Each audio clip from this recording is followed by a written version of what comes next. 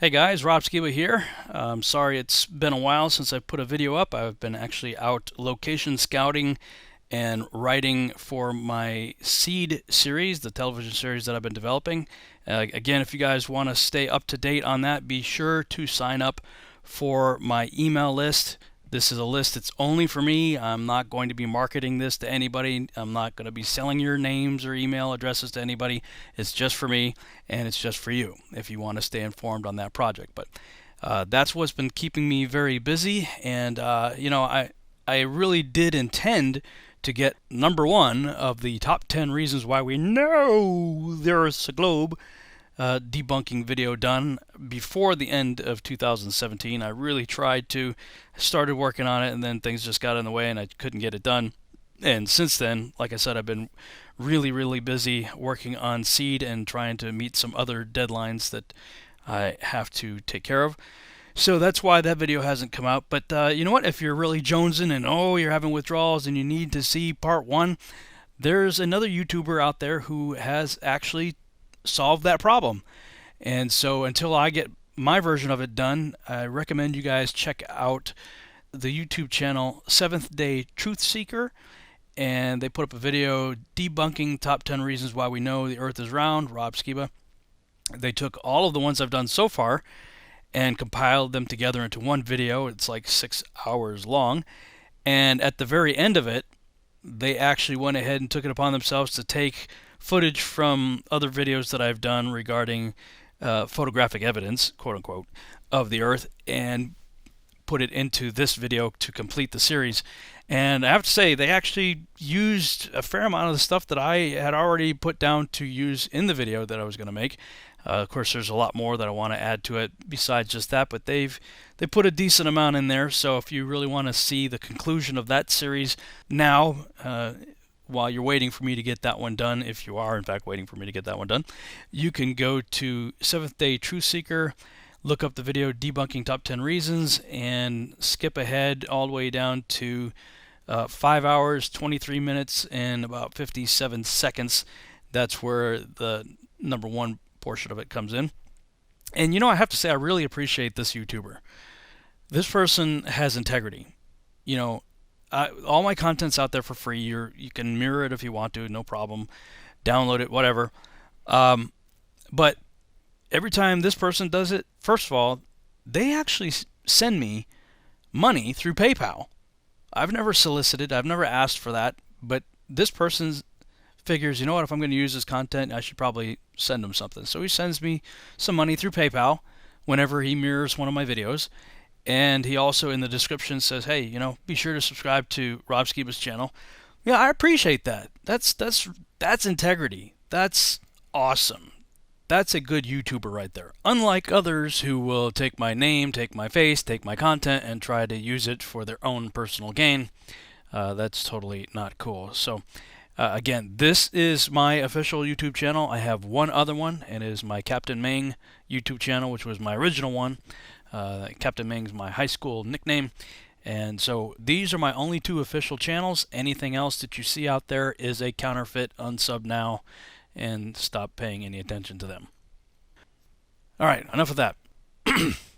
So ABC Nightline finally ran their video that they made covering the Flat Earth International Conference that was held back in November. And I have to say this, kudos to ABC. They actually gave a very good and I would consider fair representation of the event and of the people there and what we believe.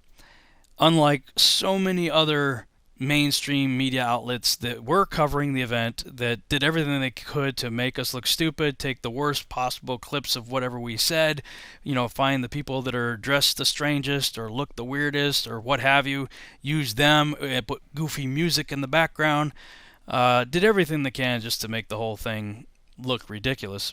ABC, top notch, they, I think, really did a good job of giving a fair representation. But I'm going to play the video that they put out and just pause it a few times and make some commentary as we go along. If you want to see it uncut, of course, you could go to the ABC YouTube channel and just look it up and watch it it's like 7 or 8 minutes long. Watch it for yourself. But I'm going to play it and just give a little bit of commentary on a few things as we go along. And then at the end of it, I'm going to play the raw interview that they did with me, because they interviewed me for almost an hour. And of course, they only used about a minute worth of it in the piece that they put out, because it was a short video and they had a lot of other people in there too. So what I decided to do is take the portions that they did use and insert those into the raw video here, so you can see where they plucked the words that I used from. And I have to say I'm really impressed with the lavalier microphone that they had on me, because they had me in a very noisy, well, most of us, they interviewed us in a very noisy lobby, and but that was a very directional microphone, and it sounds pretty good on their video. The raw video that you're going to see was recorded by Sheila with her iPhone, and my cheap camcorder was there too, right next to the cameras that the ABC was using. So, of course, with that footage, all you're going to hear is the, kind of tin canny, noisy audio that you get when you record with a cell phone or camcorder in an environment like that. So it is kind of hard to hear. I apologize for that, but that's what it was. And that was my requirement for being interviewed. I was like, okay, I'll let you interview me, but I'm going to record you interviewing me, so I make sure that you fairly represent what I say. And they were cool with that. So again, kudos to ABC, and here is the coverage they put out on Nightline. We'll start with some basic questions. The sky is in a world where it feels like nothing is as it seems. blue. It's blue, of course. Oh, the sky's blue. The sky's blue. 1 + 1 is 2. 2. 2. 2. There's at least one truth we thought was indisputable. Okay, right off the bat, two things that caught my attention. First of all, when they're asking the very basic questions, 1 + 1 and what color is the sky and whatnot, take note of the time-lapse photography that they showed of the clouds moving in the blue sky. Hold that thought. We'll come back to it. Then they come to this picture right here. One thing we thought we know to be true, the Earth's a globe, right? And they show the 3D model, and that's exactly what this is, a 3D model of the Earth that is probably used more than any other model of the Earth. For instance, this is from another video that I did where I was telling somebody about how this same model was used in Star Trek, in the original Star Trek series when they redid the special effects. They used the exact same Earth that we've seen from NASA. Wow. And there's one specific Earth that I've referred to. It's the one that got my attention. It's the one that has a cloud formation. It has like a backward C looking shape and like a tail on it with like a little thing on the bottom of the sea. That image of the Earth has showed up in so many movies and so many TV shows and so many special effects of the Earth that, I mean, it's like their favorite one. And it showed up in that episode of Star Trek, and then another one where the Enterprise got sent backwards in time, and they ended up back in regular Earth in the 1960s, and a jet fighter pilot is scrambled because the Enterprise ended up in low Earth orbit, and the United States sent up a fighter jet to go investigate, and the Enterprise ended up beaming that pilot aboard. Anyway, it was the same Earth, the same exact Earth with that exact same special effect. So you see this little backward C that I have circled there. That is a telltale sign that you're looking at the same model. And this is a model that was created. It's also the 2002 blue marble that was created and admitted to be Photoshop. And this is just the latest in NASA's Earth from Space album, which may be one of the most mind-expanding collections of images in human history. In 1972, we saw our home in a new way. Apollo 17 astronauts snapped this picture. Then in 2002, Blue Marble 2.0, NASA's Rob Simon made this. And it had wide appeal too. For example, it ended up as the default background on the iPhone. I didn't even know until I bought an iPhone and turned it on and kind of did a little happy dance. Simmons' job is... It's primarily taking data and making pictures out of it. That's what this is, a composite of data sets from several different instruments translated into a picture.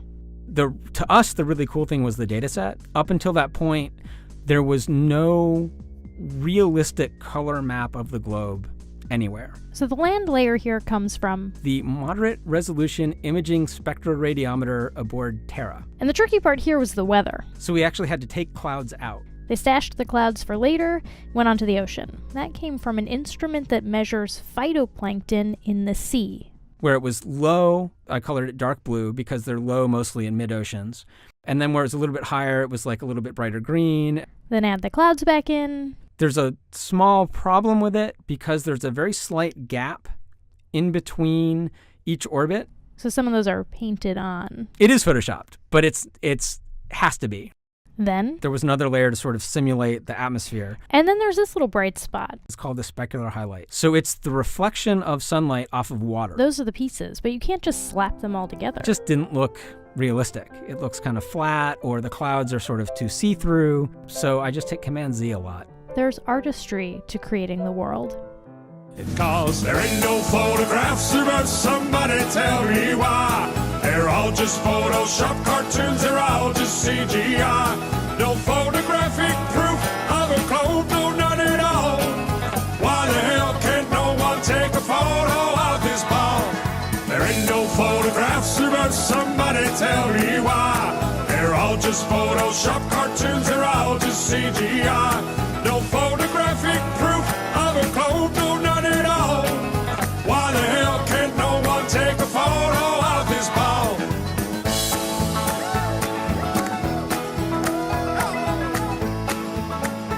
All right, let's continue. And the Earth is... Flat. Flat. The Earth is flat. My reality, my senses tell me that the Earth is flat and stationary. Or so I thought. But for the people attending the first Flat Earth International Conference here in Cary, North Carolina, their Earth indisputably is not round.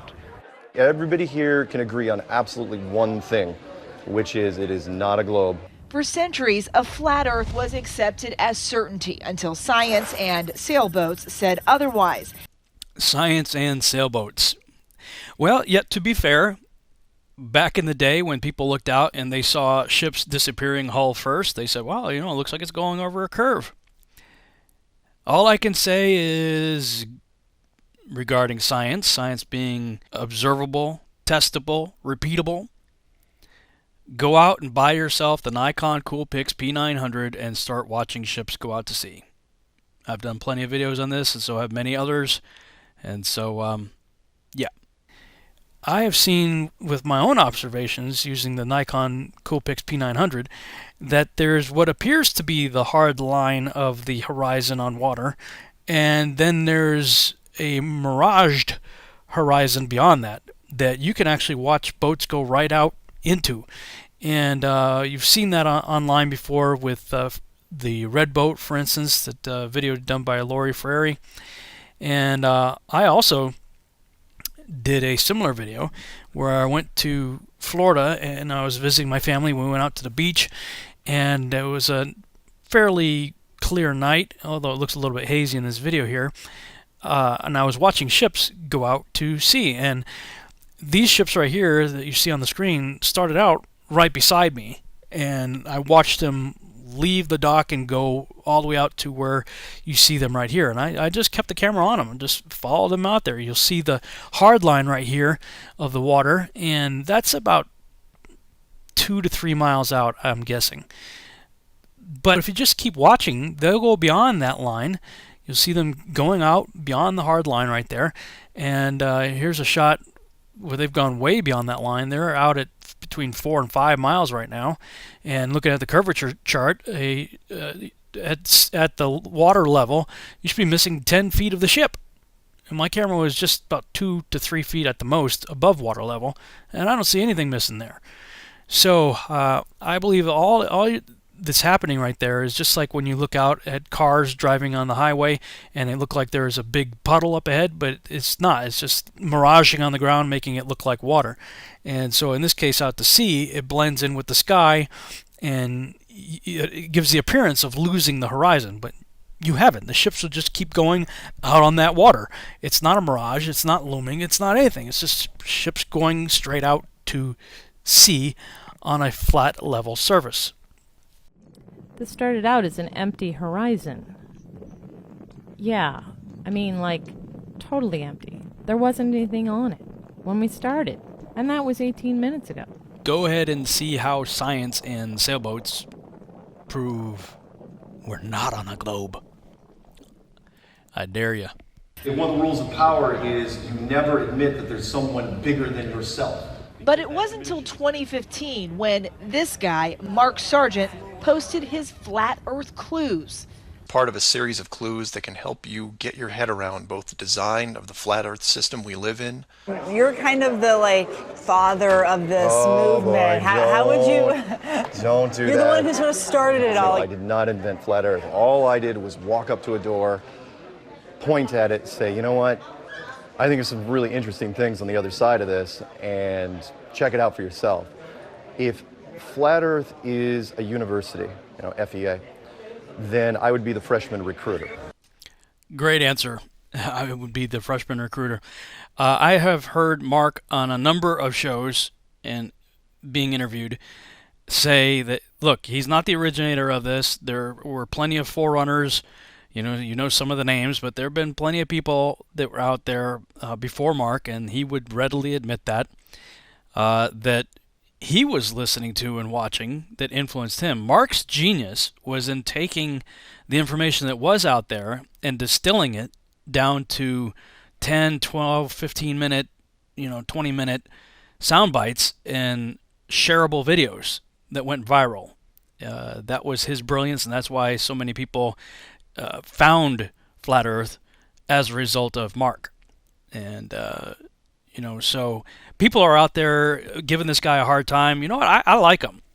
I don't know him real well, but we've had a number of conversations on the phone. We've been on each other's radio shows. And, he seems like a sincere guy that who is always the first to promote everybody else. You got a meetup? Great. He's going to be promoting it for you. You got some research out there? He'll get you on the show and promote your channel. He is the exact opposite of what he's being accused of, which among probably many things, like a lot of us, he is often called a shill. So let's look up the definition of shill. Dictionary.com defines a shill as a person who poses as a customer in order to decoy others into participating as at a gambling house, auction, confidence game, etc. Or 2, a person who publicizes or praises something or someone for reasons of self-interest, personal profit, or friendship or loyalty. And that's not what Mark is doing. In fact, I would tell you, he's always pointing, hey, there's the door. Go through it. Check it out. There's lots of stuff there. Listen to this guy. Watch that guy's stuff. I mean, he's always pointing to other people, promoting other people. Sure, he's got his own content out there too. We all do. But I don't see any evidence that he's doing this for his own personal profit or self-interest. In fact, he seems to be the least self-interested person out there in the Flat Earth community. Some of these other guys are all about themselves, and they call everybody else, except for the guy in the mirror, a shill. In fact, I am of the opinion that the real shills are the ones out there calling everybody else a shill. They're not contributing anything to the research. In fact, they are terrible at doing research.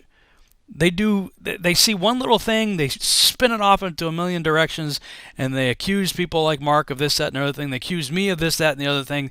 They do no real research to validate any of the things they're saying. They're just promoting their own opinion, trying to make other people look bad so that they can look good. That's the bottom line.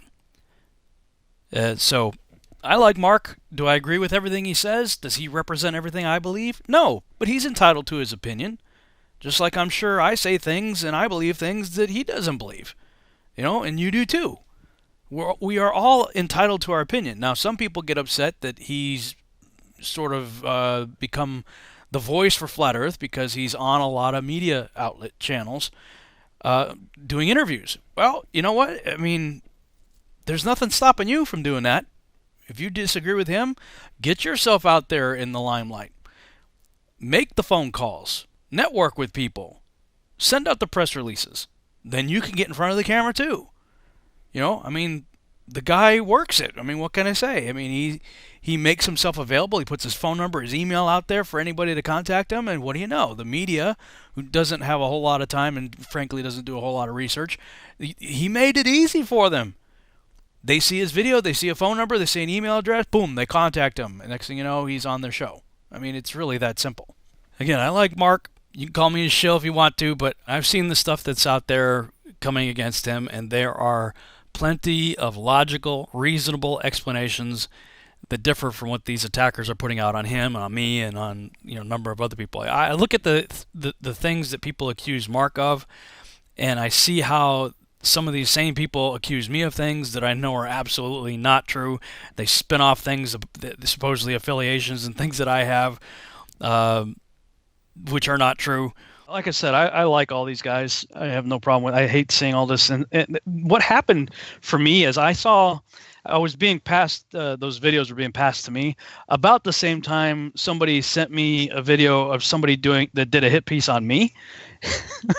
And I watched this video, and it's just the problem with the so-called truther community is when there are real legitimate conspiracies. Absolutely. But not everything. I mean, everything. Not everything is a conspiracy, and so all of a sudden it's like, oh, I don't agree with this guy or whatever. So let me go find out if he's really an Illuminati shill and dig up everything I possibly can to prove my point. All right, guys. So I'm going to expose Rob Skiba real quick. I'm getting pretty tired of seeing this guy. And this person had taken clips from, there was a testimonial video back in 2003. My home church in Massachusetts, a good fundamental Baptist church, was doing the purpose-driven life, as was just about every evangelical church in the country in 2003. Before Rick Warren, he may have always been kind of off his rocker, but sure. It wasn't until later on, after his stuff became extremely successful, that he became like this highly suspicious character, at least for most of us anyway. And back then, none of us were suspecting anything. The book was good. The book, actually, I was reading that book right in the middle of a very painful divorce, and there was a lot of things in that book that actually helped me. And so in my video, I make reference to that book as part of my testimony that helped me through, because it is. But all of a sudden now I'm associated with Rick Warren. Here he showed you a book, The Purpose-Driven Life, written by Rick Warren. This guy right here shaking the hand of the Pope of the Roman Catholic Church. So there's another big clue that this guy's a deceiver. And there's a piece in this video that shows me where I'm talking about dreaming big and whatnot. And there's a picture that shows me standing next to George Lucas. So we're gonna look at a few clues. We're gonna hear him from his own mouth, tell you his background, his sketchy background. And here's him and George Lucas on location when he's young. So obviously he had some connections from very early on. The problem is the actual photograph that's there is Spielberg standing next to Lucas. I just photoshopped my face into it, but these people don't take any time to look into anything. I've got a page on my Facebook. If people go to my Facebook page, click on my photo albums and look for the one that says Dream Board, it shows me with a whole bunch of Hollywood celebrities. But I'm not really in any of those pictures. All of those pictures are 100% Photoshop. But I mean, this is the problem. People don't really take the time to do any research. They jump to conclusions. They make these videos. And like you said, and I'm just as guilty, and I just want to give a shout out to you for the fact that you are a peacemaker and all about relationships, because I was ready to do a counter hit piece on a few individuals that I perceived to have been coming against me. And, you happened to call me right when I was stewing on it. Like, I'm literally like, oh, I'm gonna, and you called me up and you're like, whoa, dude. No, you need to call him. You need to talk to him. And I did. I ended up, we ended up having a 3-hour long, and we did it face to face on a private Google Hangout. It wasn't public or published or anything like that, but it was a private Google Hangout. So I could look in his eyes. He could look into my eyes. We could talk face to face. Now, he still continued to do videos after that, but you know what? We've had the face-to-face. We're going to meet each other again at the conference, and I am anticipating it being a good meeting. Yep.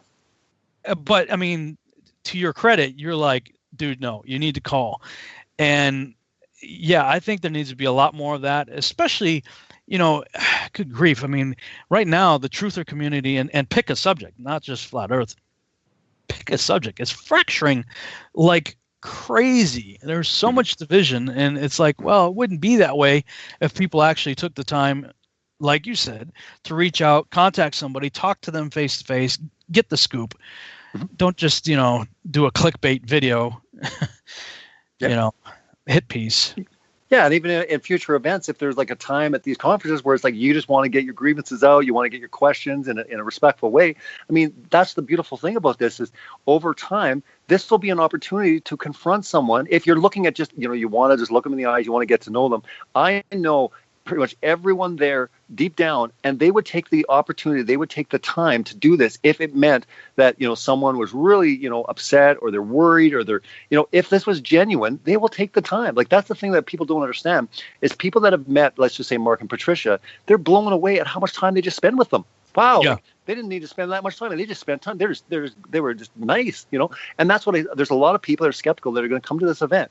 And then all of a sudden, Mark's just going to sit down, talk to them, and they're like, well, he was awesome. He was nice, you know. So, I mean, it's one thing if you have your suspicions, but at least he's nice. He's not playing this game, you know. And if he was controlling the information, he definitely is not going to promote your videos. But the fact of the matter is he'll promote anyone. So, you know, these are not ideal shills. I mean, the joke they all say is like, look, I mean, the government really, if they're going to use, you know, two people, why would they use Mark and Patricia as their two main operatives, you know?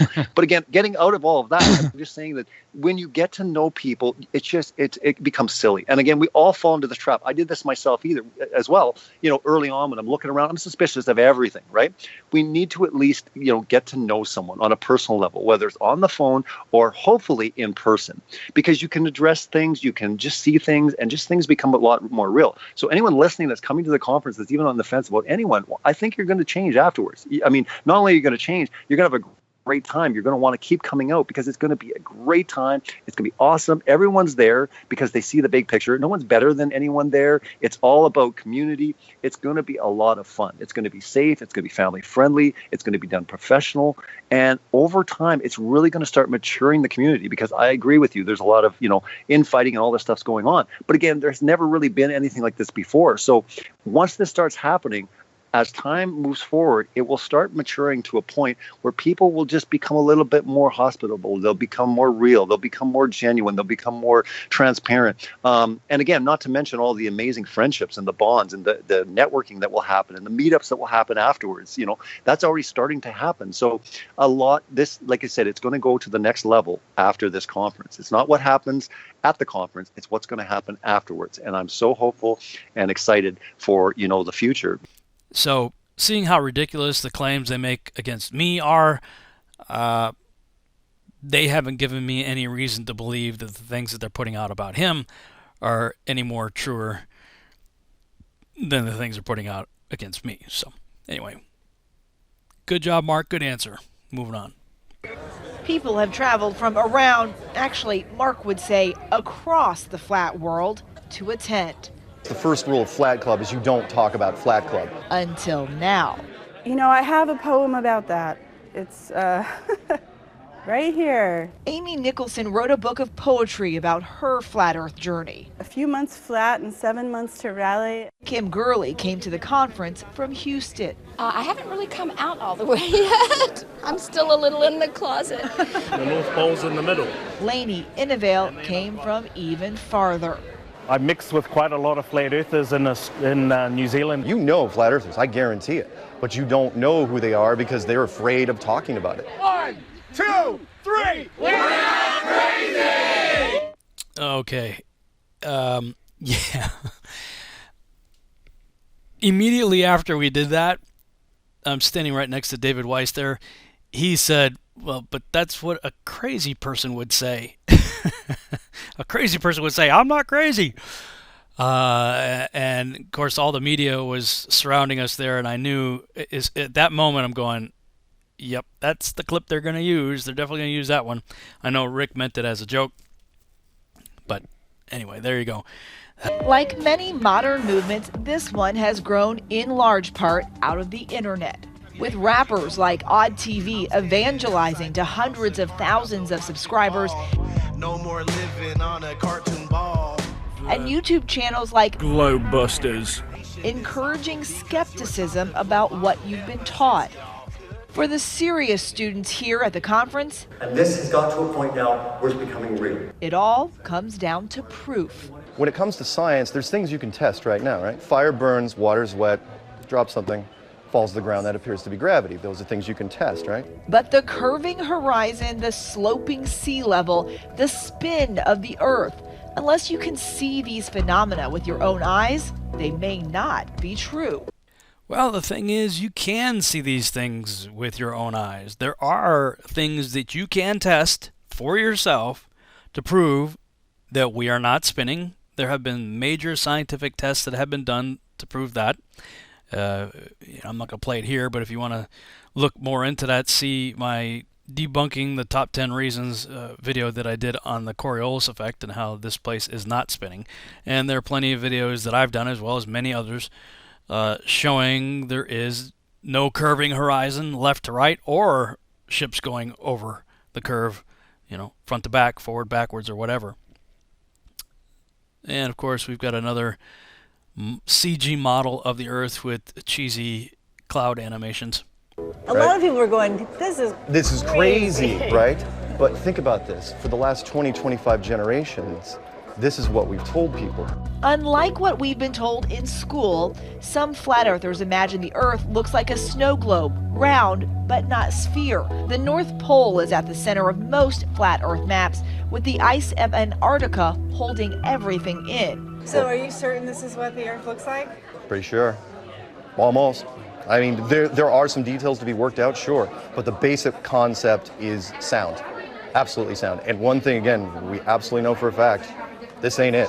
So those iconic blue marble images seen from space, flat earthers denounce them as fakes. You start seeing words like composite or animation, or something that tells you this is not an actual photograph of the Earth. And that's the real point of the video that I still need to get done, which is the so-called #1 proof why we know the Earth's a globe, being photographic evidence. And oddly enough, the thing that should be the slam dunk proof is actually one of the most damning. In fact, as soon as you start looking into the photographic evidence to try to debunk flat Earth, you're going to end up becoming a flat Earth believer, because that's all it takes is looking into the fraudulent pictures, and there are lots of them, pictures and video, of the Earth that simply are not true. At first, I had the thought that everybody else has. We've all seen the pictures. But those pictures come from NASA, the military, and the government. But I'm going to look into it anyway. So as I start looking into those pictures and realizing they are either questionable at best, when you see the Apollo 11 footage of the astronauts faking the globular shape of the Earth through a round window in their spacecraft, that gives you a real big red flag going, what's up with that, and then you don't really get a picture of the Earth until the Apollo 17 famous one that we've all seen. And then Matt Boylan comes out and he's like, that's a painting. And so, I'm looking at it, I'm an artist, I'm a painter, not quite as good as some of these guys like Matt Boylan is. I mean, he's very photorealistic with his artwork. But I'm questioning it now, and then you look at all the other blue marbles that they put out, and they are, if you read the fine print, they're telling you these are composite images. This is artwork. This is, and when you look into the composite images, they're not even good composite images. They're very bad composite images. I'm a Photoshop guy. I live in Photoshop. Almost every day I'm doing something in Photoshop. I can show you, and have shown people, the clone, where they're using the clone tool to replicate clouds. This cloud is exactly the same as this cloud. These 5 clouds are exactly the same as this one, and showing you they're using the Photoshop clone tool. And you're like, well, wait a minute. You're telling us we're taking pictures of Pluto. We've taken pictures of Jupiter and Saturn, supposedly massively huge planets, way bigger than ours. And yet we have to have cartoon artwork and bad composite Photoshop images of our world? Really? Then you start seeing videos, allegedly shot time-lapse videos from satellites showing the Earth in rotation. In one case, 25 hours of time-lapse rotation, and the clouds aren't changing. You're like, and some people say, well, they really are. You just got to get a higher resolution. And I've looked at the higher resolution one, which I question because I don't even think they had that ability in 1990. So it looks like somebody just redid it. But even still, the amount of movement that you were seeing is negligible for 25 hours. I mean, set a camera up outside for an hour and then speed it up on your computer and see how much cloud movement you get. So I began to question all of it. And but what caught my attention about that particular one is up in the upper right-hand corner of that particular marble, there's a odd-looking cloud formation that looks like sort of a backward C with a long tail that kind of wraps around the top part of the globe there. And it caught my attention because I was like, where did I see that before? I mean, just that shape. I'm like, where did I see that before? And I started looking through videos that I'd seen recently, and I saw two different videos. One was, I think it was on Netflix, The Universe, I think was the title of the show. And it was basically a transition, a video transition, like a wipe that was being used. They used that same Earth, but it wasn't a static picture. It was a moving, rotating globe. Yeah. And it had that exact same cloud formation in it. And then I started seeing it, once my eyes were open to it, I started seeing it pop up in several other videos and go, okay, how nice of NASA not only to take a picture of the Earth, but to make a perfect 3D model that videographers can use for their video productions for transitions. Uh-huh. And so that's when I realized, we're playing with 3D models here. This is not photographic evidence. And as soon as I saw that, I'm like, well, back in 2004, I got hired as a missionary, but I was a multimedia missionary. My job was to get entrenched with the missionaries, do what they do, but to document it on video, come back and make videos to help them create awareness and raise support and whatnot. Mm-hmm. So being that I was in global missions, I made a 3D model of the Earth that I used a lot. Okay, we're going to Kazakhstan. So I would do a zoom out of Addison, Texas to Kazakhstan, and I use this globe thing, as much as I use Google Earth, I use this globe that I made. Mm-hmm. And when I was comparing the globe that I made, and, when I say that, I say I made it loosely. There are tutorials that you can follow by downloading various maps from NASA and mapping them onto a ball that you create in 3D and then put the clouds on and, make it daytime, nighttime, whatever. Yeah. So it's not like I'm creating it from scratch. I'm using available stuff. But when I did that and I would compare the globe that I made in 2006, it looked a lot better, at least in my humble and unbiased opinion, as Kent Hovind would say, than the blue marbles that were being passed off as authentic pictures of the Earth. Yeah. And so I'm like, look, if I can do this with off-the-shelf software that costs less than $300, what can these guys do with practically unlimited budgets, Yep. And so the photographic evidence was falling apart for me. Yes, question. So if you think you have questions, Feel free to line up and ask them while I'm reading the opening statement. the flat earthers have many, many more. This is what returns to Earth. Which is why I thought someone who's actually seen the Earth from space might have some answers. 1 + 1 is? 2. What color is the sky? Blue. And the Earth is? Round. Just like it is here, this model of it. Okay, this is, in my opinion, where Eva dropped the ball. She went from being an investigative journalist to engaging in confirmation bias. Now, she was a newcomer to all this. She really didn't know anything about any of this stuff until like a day or two before she came and did the interviews. She was just given an assignment. And so even as you heard her say with Mark Sargent, she said it a few times with me, anybody that she was talking to, you could tell she thought the whole thing was crazy to begin with. This is crazy. Many people watching this are going to think this is crazy. So that's the mindset. And you can't blame her for that. She's just dealing with the same programming we've all had. We all had that exact same knee-jerk reaction. We all said the same thing. This is crazy. This is stupid. Until we actually spent the time to look into it. Now, in the extended version of the interview that she did with me, I challenged her. I challenged her and ABC News to get out there and do some tests.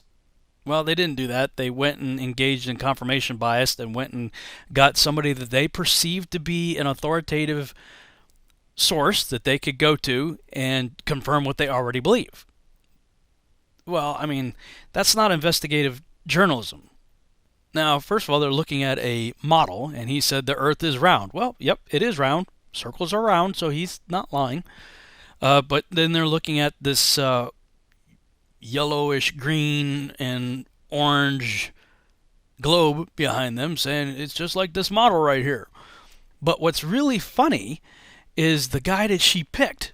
Professor Mike Massimino spent more than 20 days in space and worked on the Hubble telescope. So when you looked at the planet, what did it look like? It looks round, folks. It is round. My eyewitness account, and I looked at it as much as I could. It is round. Okay, we're in the final countdown. How you doing over there? He's played himself on the Big Bang Theory, but some flat earthers actually believe astronauts are just actors, part of a huge conspiracy going back to those very first steps on the moon. It's one small step for man, one giant leap for mankind. This is so funny to me, because she goes to an astronaut who is actually an actor and a Freemason, or at least there's good reason to believe he is a Freemason. Why do I say that? Well, somebody sent to me an interesting PDF. It's from MasonichOmeNewYork.org or ny.org. It's at the Empire State Mason Winter 2015. You know, all kinds of stuff. Grandmaster this, that, and the other thing. Freemason, blah, blah, blah, blah, blah. Scroll down to page 11. Announcing the 71st Annual Metropolitan Region's Masons and Families Dedication Service and Breakfast, sponsored by the Masonic Brotherhood Foundation, Incorporated. And looky, who's represented here as one of the past keynote speakers. And it's interesting to me that the guy before him, it gives a name and, you know, what these guys represent. The guy before him is billed as a former actor and humanitarian, right before Dr. Michael Massimino, NASA astronaut. And in the extended version of the interview that she did with me, I actually said, yeah, I started talking about the fact that many of the astronauts are Freemasons. She's like, you got something against the Freemasons? I'm like, yeah, I do. So she picks an astronaut who is both either a Freemason himself, or certainly friendly with them, and an actor who's pimping for the Big Bang Theory, no less. And that's what this whole Copernican model is all about. Evolution is not even remotely plausible without the Copernican model and the Big Bang Theory that allegedly created it. So you have, let's say, a potential Mason and an actor pimping for the Big Bang, all in that one little piece right there. Wow. Anyway, that was rather telling, in my opinion. Let's continue. You don't believe that they've gone to space? No, not at all. The rockets go up, sure. There's nobody in them. All right, I'm not quite sure I would have worded it that way, although I may be with him in the sense that, yes, stuff goes up, rockets go up. Whether or not there's anybody in them or not, that's, I think, anybody's guess at this point. Could be. I mean, I can see how it would be possible, but I don't think we can definitively say there's no one in them. And I don't really have time to get into it here in this video, but, you know, as far as questioning the space program, yeah, go to aulis.com, start reading all that stuff, watch the documentaries by Bart Sibrel. A funny thing happened on the way to the moon, and astronauts gone wild. And there are lots of other videos that will probably populate in the suggested video column on YouTube. Spend time watching those videos that expose at least the Apollo program. Or we could just listen to the Flat Earth Man from the Conspiracy Music Guru channel as he summarizes a lot of these things in sort of a comical way in this music video here.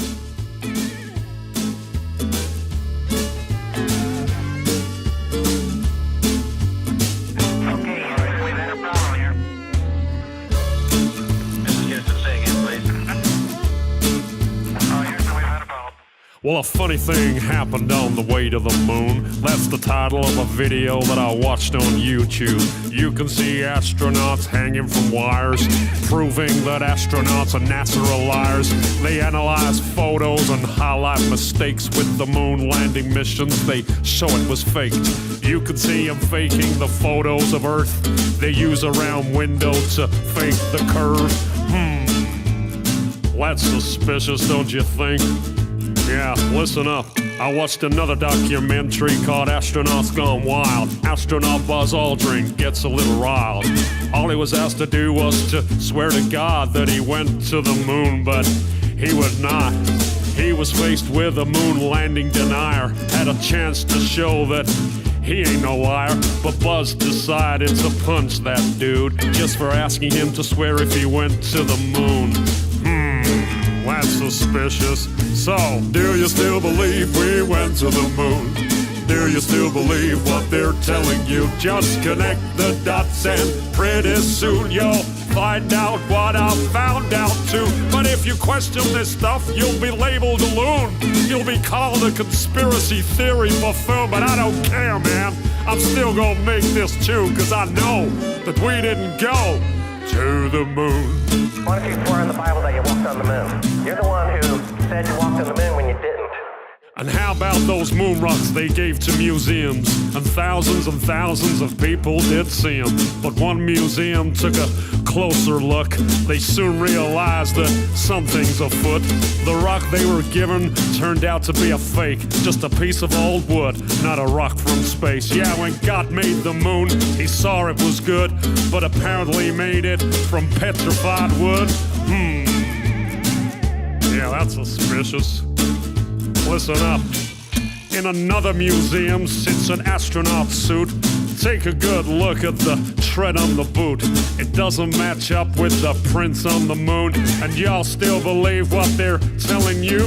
Or how about that phone call that Nixon made to the moon that's 250,000 miles away? When I can't get a signal on my cell phone line, I guess phones were better in '69.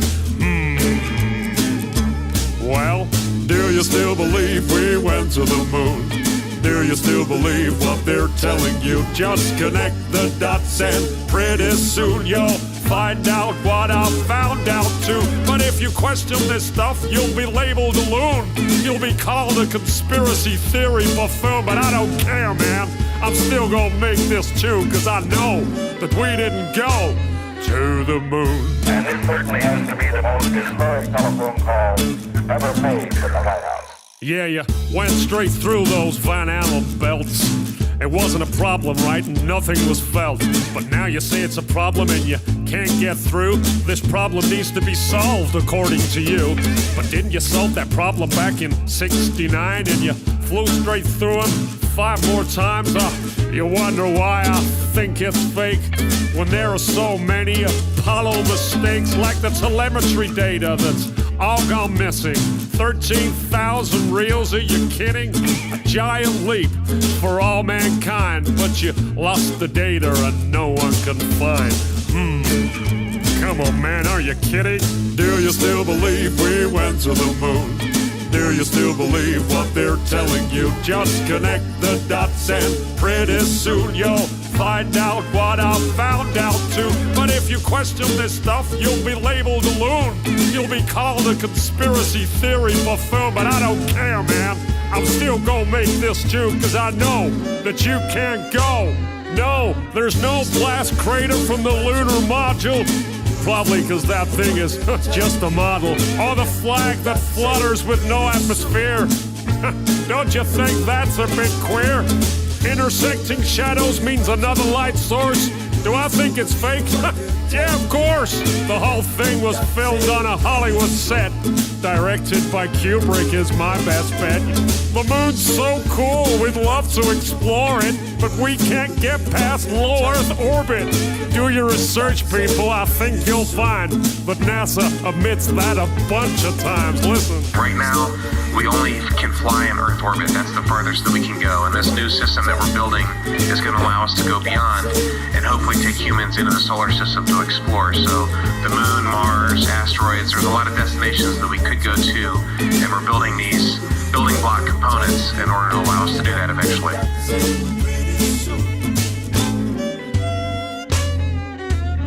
I'd go to the moon in a nanosecond. The problem is we don't have the technology to do that anymore. We used to, but we destroyed that technology, and it's a painful process to build it back again. And again, that's the Flat Earth Man from the Conspiracy Music Guru channel. But once you realize we didn't go to the moon, then start looking into the space shuttle program. There are some interesting things about that program too.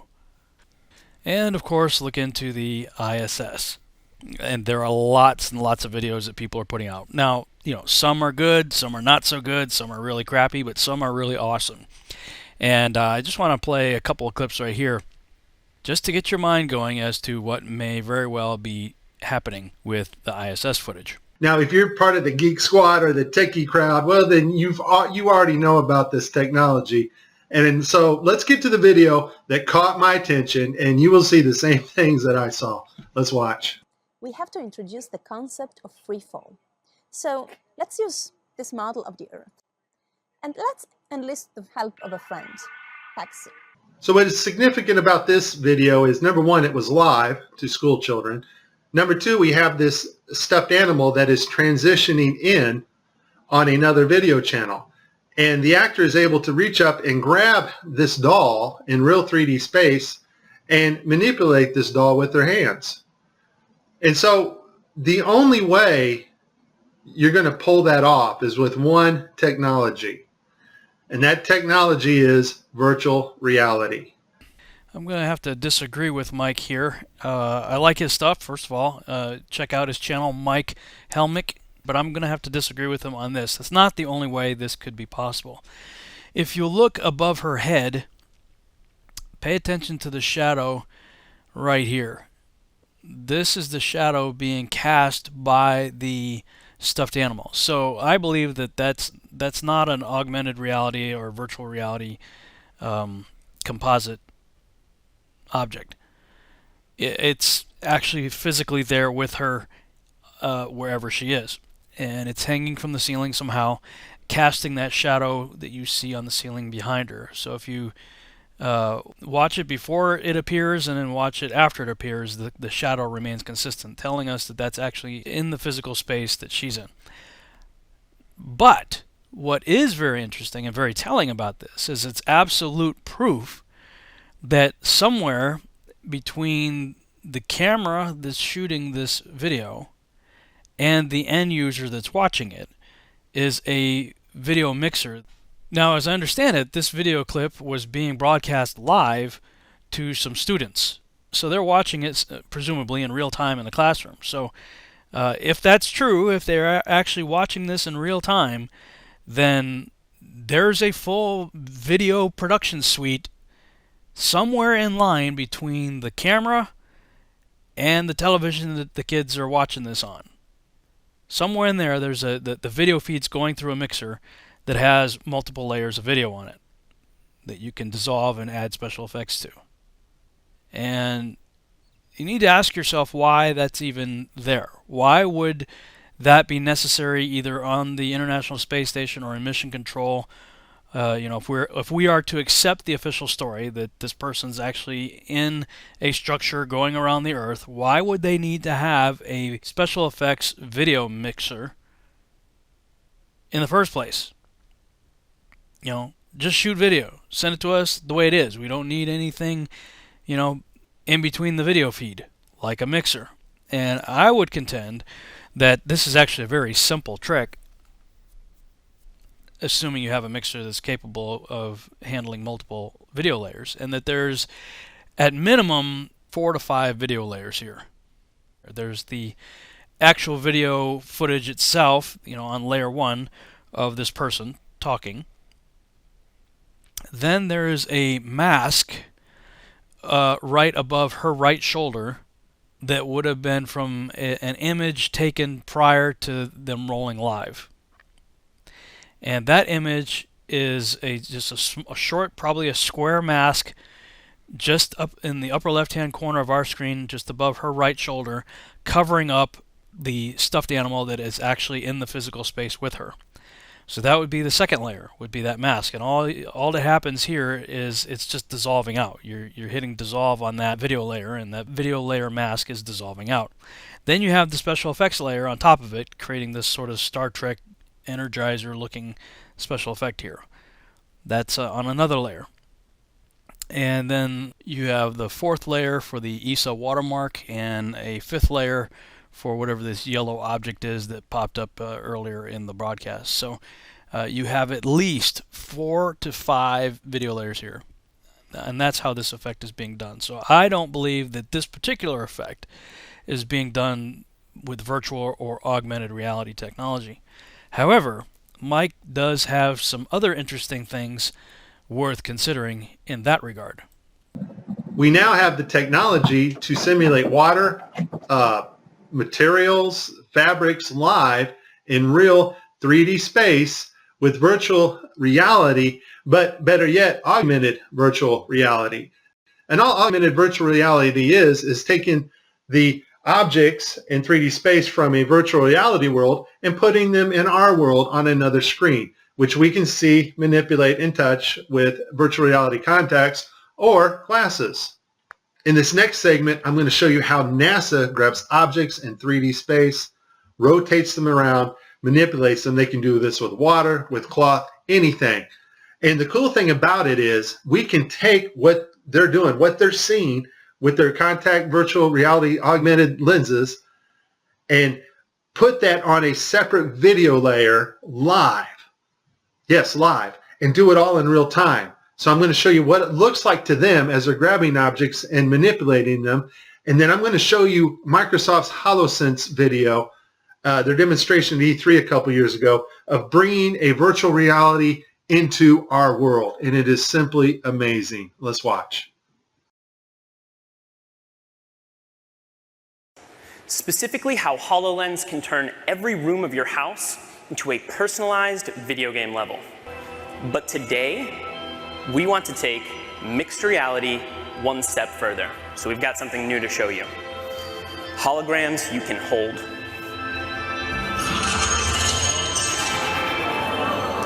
This holographic gauntlet is the weapon that Dan will be using while playing Project X-Ray. You'll notice that as he moves his arm, the hologram moves as well. This is a wearable hologram. And when you combine technology like this with the environment understanding of HoloLens, you can do some pretty spectacular things.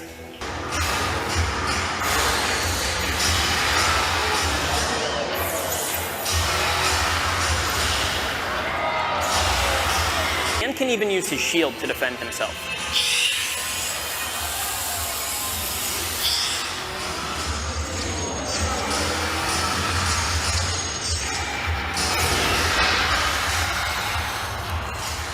Nicely done. Looks like that's all of them. In 2012, NASA got tired of faking weightlessness by using the zero-G plane, better known as the Vomit Comet. So in 2012, they started soliciting companies that specialize in real-time augmented virtual reality so that they can fake weightlessness and floating objects in the air in real time. Simply the cost of the plane and the safety concerns and the fact that they weren't very good at it. They didn't go to Hollywood, which most of Hollywood's effects are post-processing. That's after the video is made. They needed something they can do in real time and make it look realistic. And so I'll put this link in the description. They found a company called Telemetrics. Thank you, Debbie Durant, for bringing this to my attention. After I researched this, lo and behold, I found out our government has a contract with these people. And Telemetrics, basically what they do is they help news teams and they bring broadcasts together in real time, and they're able to create sets, cities, anything you want in a virtual reality world and make it look absolutely 100% real. They're also able to bring different people from around the world, put them in the same room and broadcast live, give them desks, whatever they need to make the broadcast. So it's a pretty amazing company. Here we see Johnson Space Center Telemetrics provided latest camera robotics technology to NASA's government television at Mission Control. Why do you need to fake virtual reality sets at Mission Control and Johnson Space Center? I think we know the answer to that when we saw Tim Peake on the gridded blue screen. So this next segment, I'm going to show you what it looks like when virtual reality being broadcast live doesn't work out so well because the system's not perfect. And then at the very end, I'm going to show you the mother of all screw-ups when they actually have a channel shut off that should be on. Because once again, these astronauts are looking in 3D space. They are grabbing objects because they're wearing augmented contact lenses. And if that object's not there broadcast to the viewers live, then it's going to look pretty ridiculous. So let's see some of NASA's screw-ups. I'll cover them as they happen, and then we'll move on to the final.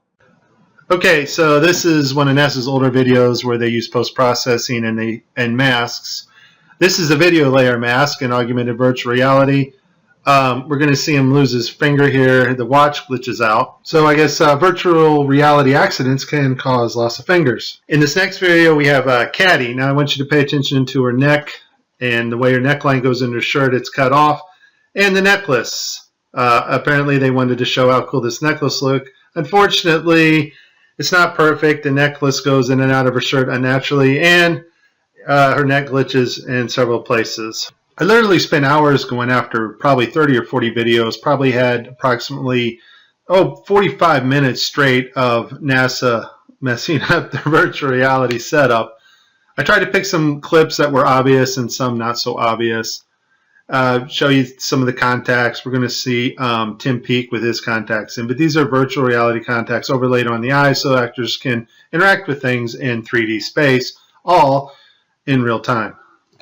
In this next shot, we will get to see the whole arm setup and the virtual reality glove that covers all the way down the arm and hand. This allows the software to broadcast what we see video-wise as his arm in a shirt sleeve. Okay, I have a lot of Tim Peake screw-ups, but this one here, the system glitches. The software does not track his hand properly, and Tim slips his hand underneath his other fingers, which is tightly holding onto the mic, which would be impossible. I don't think this is Tim's fault. Normally, Tim always moves his other fingers up while he slides his hand under. I just think the system didn't respond to his movements here.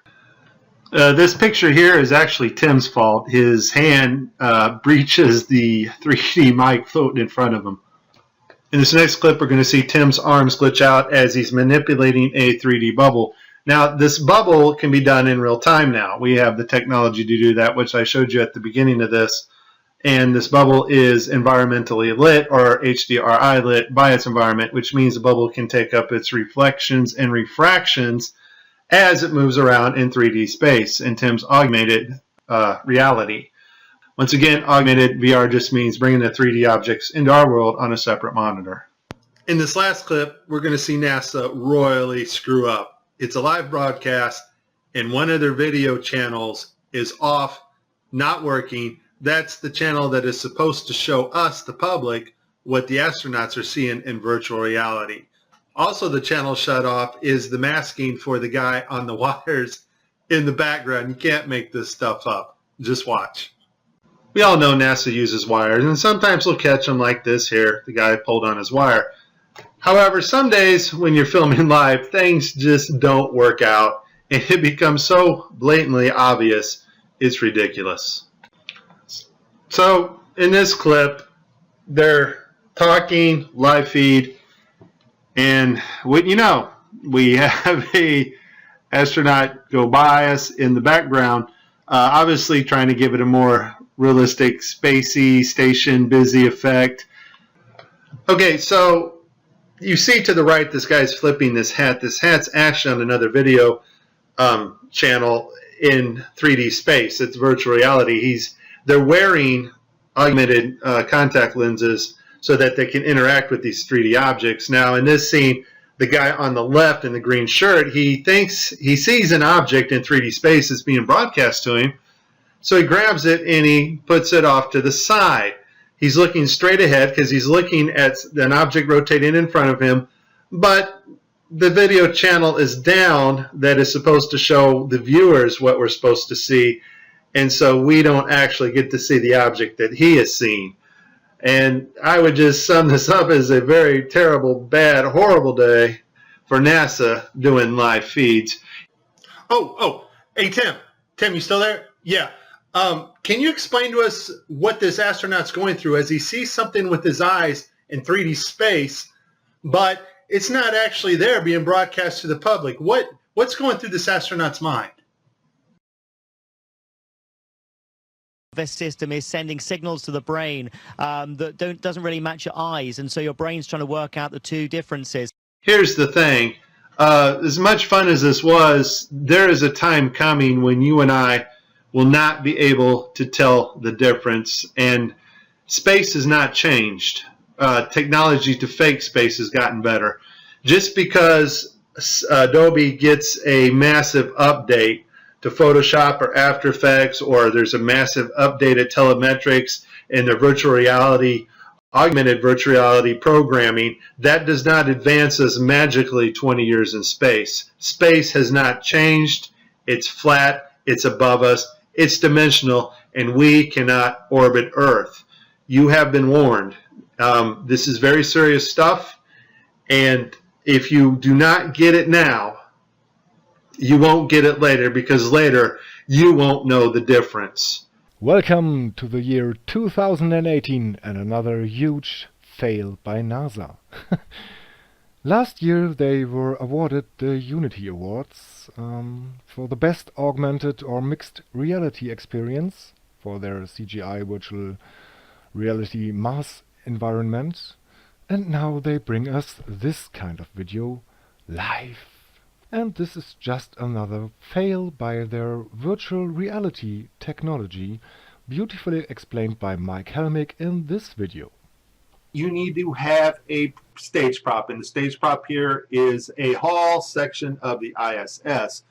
Also, you need on a separate video layer objects in virtual space that can move around by software, such as the paper on the wall, the netting there on the back, this contraption here on the right wall, and there's some boxes or something bungee corded above there. Now, all those objects are on a separate virtual layer, so they can be manipulated by software to look as if they are floating around. And of course, our three stooges here who are pretending to be astronauts, these guys are also on a separate video layer thanks to the technology of telemetrics, which can bring people in from all over the place and put them in a virtual reality environment. So what you're about to see, if the camera that contains the virtual reality layer, okay, glitches out, okay, or has maybe compression errors, then that layer will also glitch out, and this is exactly what we're going to see now.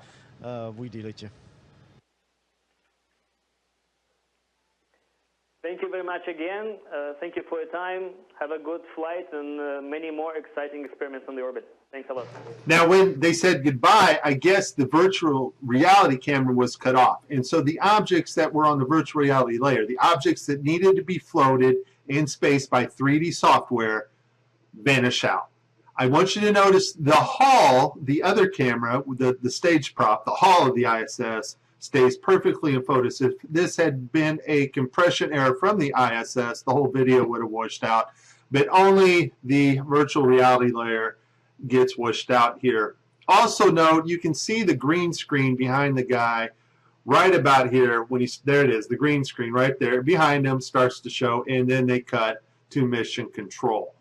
Now, as this other YouTuber named Astronaut was saying a minute ago, NASA won the Unity Award in 2017 for the best augmented or mixed reality experience. Okay, so this shows you that NASA is actively involved not only in the video production business in the sense of basic and, I would say, in some cases, complex video editing production for live presentations as well as post-production, but they are also actively involved in the creation of augmented and virtual reality simulations. They even won an award for it.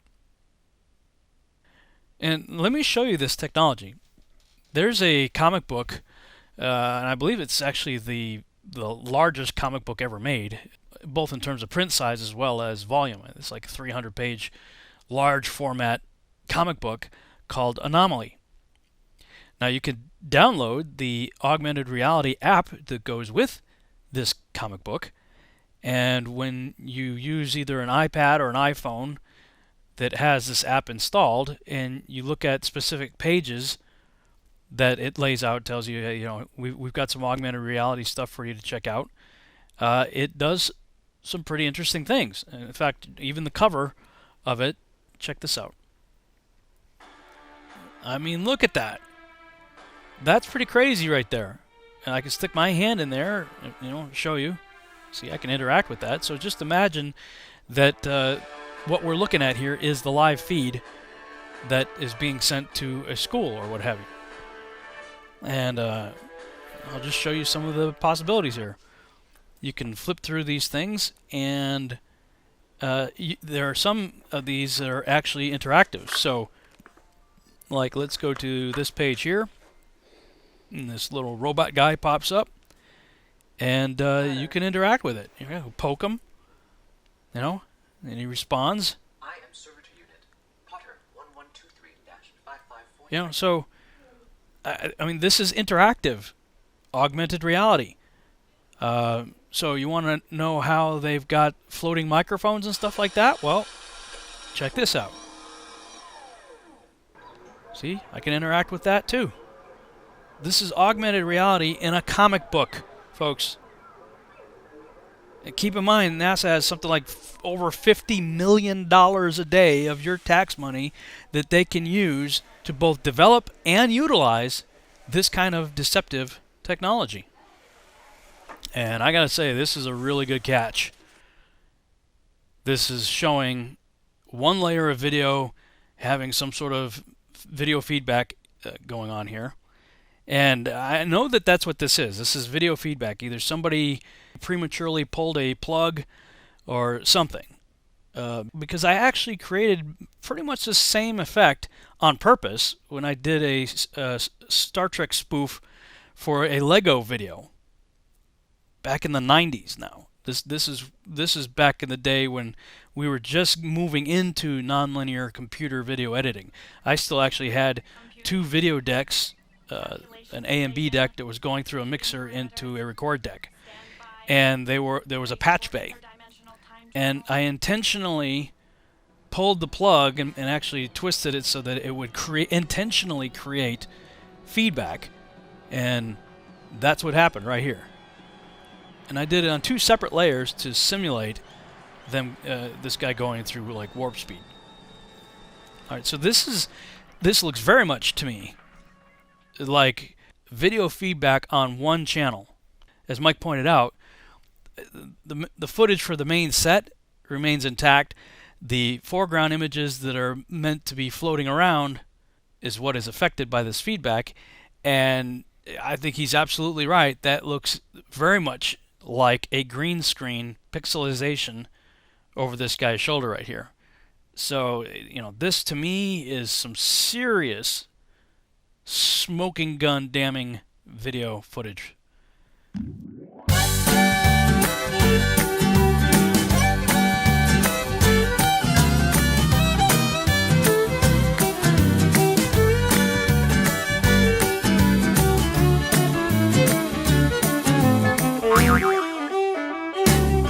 Well, let me tell you something about the space station. It's only really there in your imagination. That thing ain't real, it's science fiction. It's there to feed your space addiction. Those astronauts are not in space. It's written all over their stupid face. See, I can spot a lie from 100 miles, and I can spot a fraud from the way they smile. Didn't you learn nothing from the fake moon mission? That puppet show from President Nixon. Well, listen up, they're doing it again, it seems.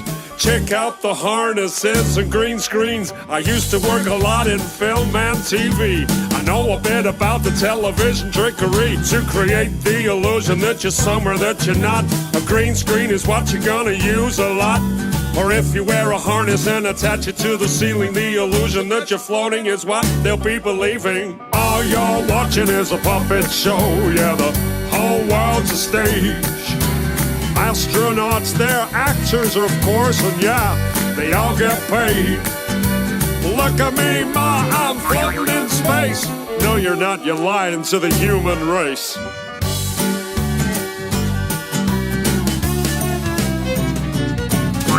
So let me tell you something about a zero-G plane. This thing flies up and then down again. Some weird stuff happens if you're on the inside. You start to float as the plane takes a dive. Simply add an actor that's trained to deceive, and you got yourself an astronaut, or so you believe.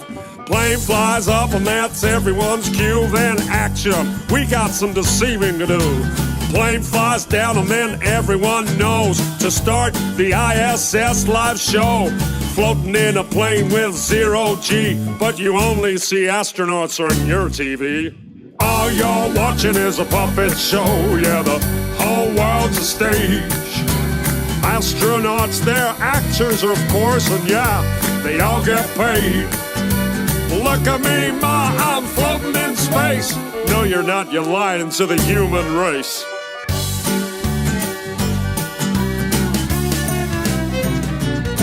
Well, another thing I noticed when I looked at these fools, they're filming spacewalks in buoyancy pools. NASA's gonna tell you that it's just for training, to practice for space station maintaining. Well, I thought about that, but if that's the case, then why the hell can I see bubbles in space? Take a hard look at the next spacewalk. Tell me if you can see bubbles at all. Open your eyes, man, I'll bet you a quarter those spacewalks are filmed underwater. I can see space bubbles everywhere. Hey, NASA, how the hell did those get there? All you're watching is a puppet show, yeah, the whole world's a stage. Astronauts, they're actors, of course, and yeah, they all get paid. Look at me, ma, I'm floating in space. No, you're not, you're lying to the human race.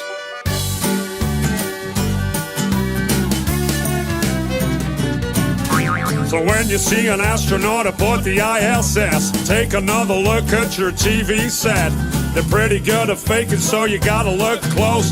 Pay some attention to the way the actor floats. If you ask me, that ain't zero gravity, but Hollywood effects that I see on my TV. Take a good look at the whole damn thing. These lying bastards are just puppets on a string. It's all a big science fiction puppet show. The game's up, NASHoles, cause we all know. Thanks for the show, NASA. It's been a blast. Now take your fake station and shove it up your... All you're watching is a puppet show, yeah, the whole world's a stage. Astronauts, they're actors, of course, and yeah, they all get paid. Look at me, ma, I'm floating in space. No, you're not, you're lying to the whole human race. All you're watching is a puppet show, yeah, the whole world's a stage. Astronauts, they're just actors, of course, and yeah, they all get paid. Look at me, ma, I'm floating in space. No, you're not, you're lying to the whole human race, man. All you're watching is a puppet show, yeah, the whole world's a stage. Astronauts, they're actors, of course, and yeah, they all get paid. Look at me, ma, I'm floating in space. No, you're not, you're lying to the whole human race. All you're watching is a puppet show, yeah, the whole world's a stage. Astronauts, they're just actors, of course, and yeah, they all get paid.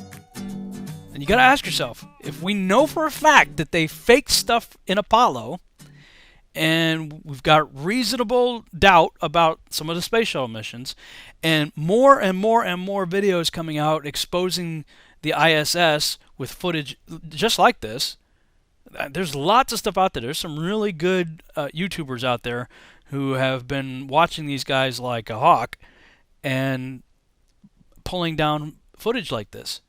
These people are lying to us with our money. Tens of millions of dollars a day they're lying to us.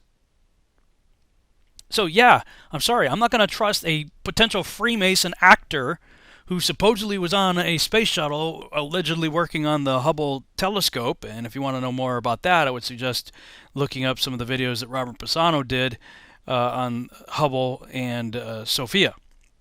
But when you've got so many videos exposing what's going on up there as a fraud, I'm sorry, but, you know, an astronaut is just not a credible witness. And when you realize that NASA started out with an intimate relationship with Walt Disney, and, you know, many suspect Stanley Kubrick, and I tend to agree that Stanley Kubrick was instrumental in at least the Apollo 11 mission.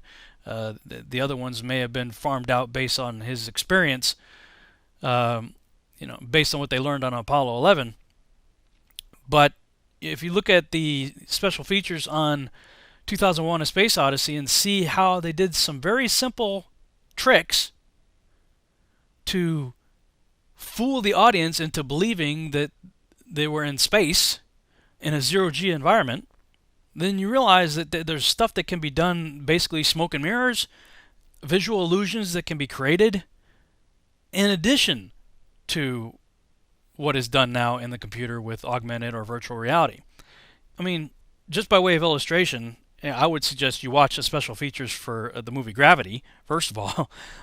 See how they, I saw that in 3D IMAX on a huge screen with, pretty much all of my peripheral vision taken up by the screen in 3D. I mean, I felt like I was out there with Sandra Bullock and George Clooney, flying around in space. I mean, it was a very realistic environment, but, it was all done with the magic of special effects. Here's a clip from, I think this is the movie Inception, maybe, talking about some of the effects that they did in that movie. The vertical corridor is supposed to be the same location as the horizontal corridor, and it's an identical set. The difference is that it has been built vertically, so it's standing on its end. And this means we can drop actors and stunt performers on wires down into the set, and the camera looks up at them. And they can then be raised or lowered, they can swing around inside the set, and it looks like they're floating in zero gravity, and it looks like they're floating in zero gravity, and it looks like they're floating in zero gravity. What they told me is they've never felt so relaxed in their life. What I did is the exact opposite of that. In order to make it look like that was the case, I actually had to keep every muscle tight because I was supporting myself. I didn't have to worry about making myself look as if I was having a hard time. I was having a hard time. Traditionally, zero-gravity movie scenes, such as those in Apollo 13, had been shot on a NASA-issue KC-135A airplane nicknamed the Vomit Comet, for disgusting, obvious reasons. The plane would take off at a 45-degree angle, then taper off at the top of its elliptical arc, resulting in about 25 seconds of weightlessness. The special effects team then engineered 7 steel I-beam rings set every 16 feet along the hallway. These were connected to massive roller wheels of 30 feet in diameter. Each of those wheels was then linked to 2 55-horsepower electric motors. However, in order to track the motion of the actors in such a way that it appeared gravity was being warped, the cameras had to be locked down onto the set itself. This was done in order to maintain a frame of reference consistent with the dimensions of the hallway. Joseph Gordon-Levitt, the main star of the scene, rehearsed for 2 weeks prior to shooting, including physical training, wire work, combat, and familiarizing himself with the revolving corridor. In order to stay attuned to the cadence of his rotating geography so he could hit his marks with his fight choreography, It looks like we're jumping on the ceiling and stuff. In order to actually get it done, I couldn't think of it that way. I had to think of it as, this is the ground. Okay, now this is the ground. Okay, now this is the ground.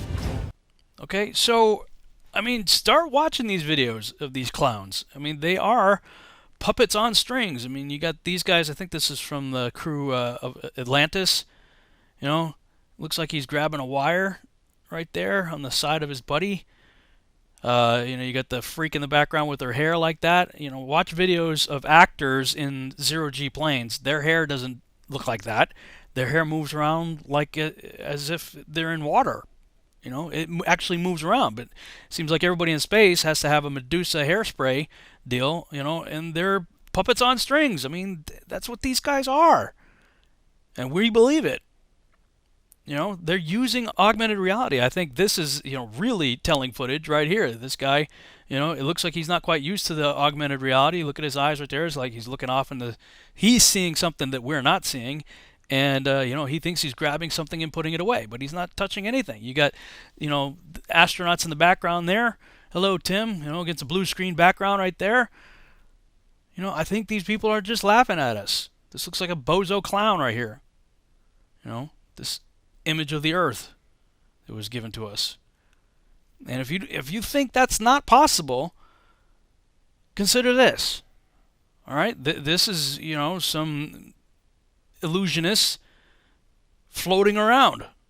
You know, we know that they're on wires. If you look really closely, you can kind of see around his hips, you know, the distortion around his hips of the string. But, you know, whatever they're using for string is transparent to the human eye and virtually indistinguishable. This isn't even CGI here. This is a real visual effect. This is an illusion. I went and saw David Copperfield when I was in high school, and the girl I was dating then that I took with me. All right, wait a minute. Look at this scene right here. Look at his waist, right around his belt line there. See how it pulls up right there. He is being lifted up by some sort of harness mechanism. But she put that hoop around him, you know, so to show, hey, you know, there's no wires, you know, somehow the wires are going through the hoop. But when I was in high school, I went to see David Copperfield, and the girl that I was dating at the time, we went together. And as soon as we walk in, this guy says to her, "You're perfect." And I'm like, "Perfect or what, here, buddy?" And I'm thinking, you know, what the heck is this guy? And he said, "No. David would like to have a quote unquote volunteer to do one of the tricks, and as an incentive, they gave us like third or fourth row seats, you know, replacing I think we probably had nosebleed seats at the time, you know, because those tickets were expensive. And so we ended up with like, I think it was third or fourth row seats. And so they took her away somewhere and escorted me to my seat. And like 30 minutes later or something, she came back and sat down. I'm like, "What happened?" She goes, "I can't talk about it." I'm like, "Oh, okay." So I'm like, "Come on, you know, I'm trying to get it." And then she started acting like she didn't even remember. So, you know, maybe she was hypnotized. I don't know. But during the show, David Copperfield came down from the stage. You know, "I need a volunteer." And he pretended to be looking. He walked past us. And then he turned around, and you know, that whole row and that particular seat was obviously marked for his benefit to know who it was. And he said, "You." And so picked my girlfriend, brought her up on stage, and he levitated her. He did some of this stuff like these people are doing right here with her on stage and the hoop and the whole deal. And, you know, again, I'm like third, fourth row, and I'm looking, I can't see anything. There's no evidence of wires, harnesses, or anything. And when she was sitting next to me, she didn't have a harness on. There was no ropes or strings attached to her when she was sitting next to me in the audience. So I'm just saying that, you know, things can be done with smoke and mirrors, visual illusions. If illusionists like David Copperfield or like these two right here can simulate floating around, well, I'm pretty sure an organization that has over $50 million a day might be able to do the same thing. So frankly, I'm not impressed with seeing somebody floating around. And when I see countless videos showing the deception that these guys are involved with, I don't believe them. And you shouldn't either. I hope you're ready to listen fast, because I'm ready to speak fast. Rob Skiba is another one of the celebrity contrarians in the Flat Earth movement. His popular YouTube videos and podcasts take clues from the Bible's book of Genesis. There's no way you can get a spinning heliocentric globe out of anything in the Bible. Are you just skeptical of everything? I have become skeptical of everything, and I think rightfully so. That was a creative piece of editing right there. You know, I get it. They're just trying, and they're fairly representing me here, so I'm not complaining. But they crammed two different conversations together from different portions of the almost hour-long interview. But I will say I'm glad, you know, of the clips that they picked for me. I only talked about the Bible for maybe 5 minutes, if that, of the whole hour-long or so interview. And you know, if they're going to represent me in any way, that's the way I want to be represented. I want to be represented for standing firm on the Word of God, and I don't care what you think, what you believe. The simple fact of the matter is, the Bible is a flat earth book. And I happen to believe that the Bible is the Word of God, that it is divinely inspired by the Holy Spirit and written by men and under the inspiration of the Holy Spirit. The whole Bible, the whole narrative starts off with the first book, first chapter, describing the cosmos.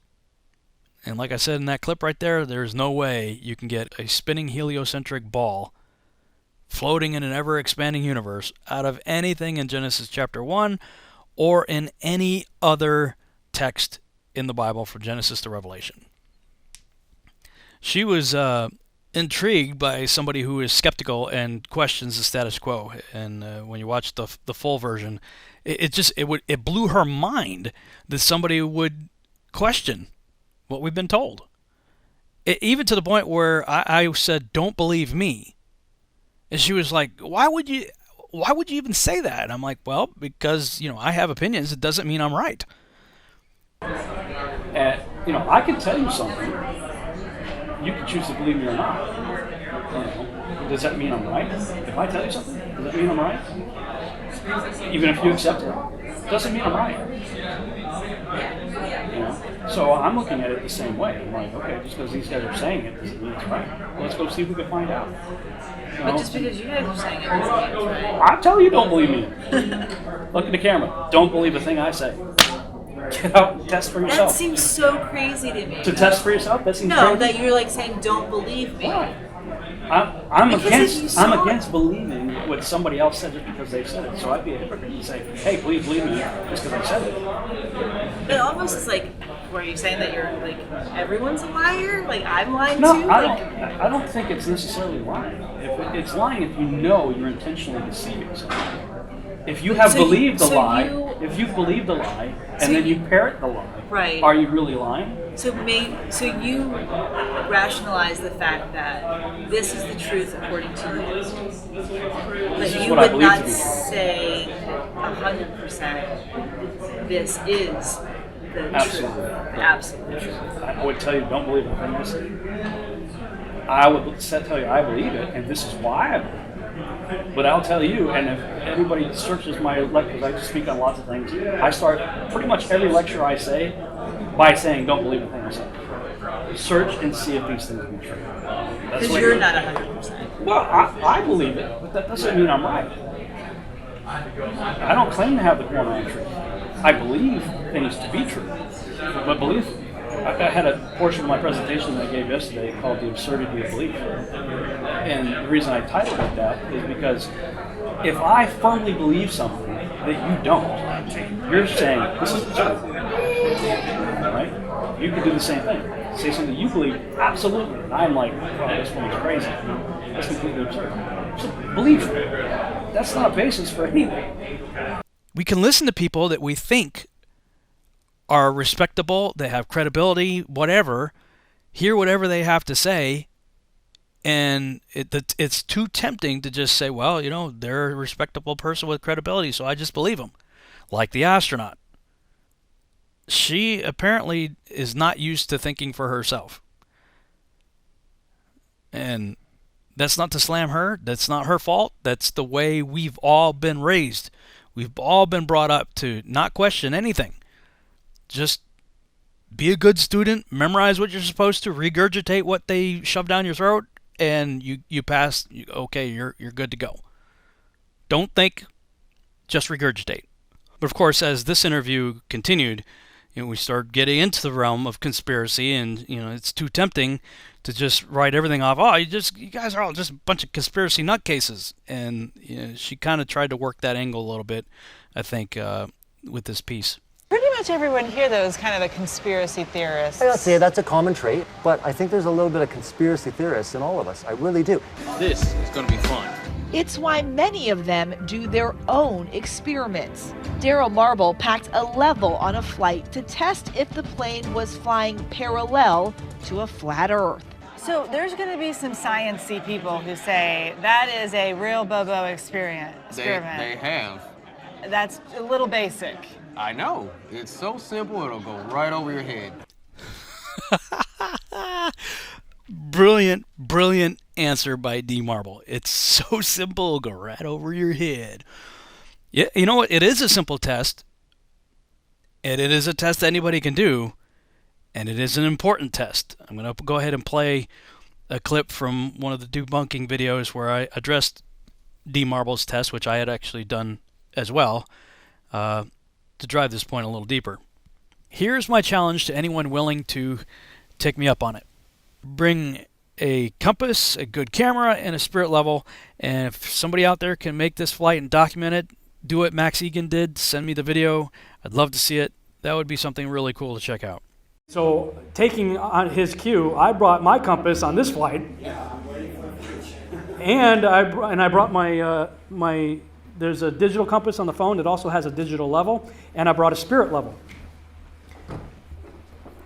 Things didn't happen that should be happening.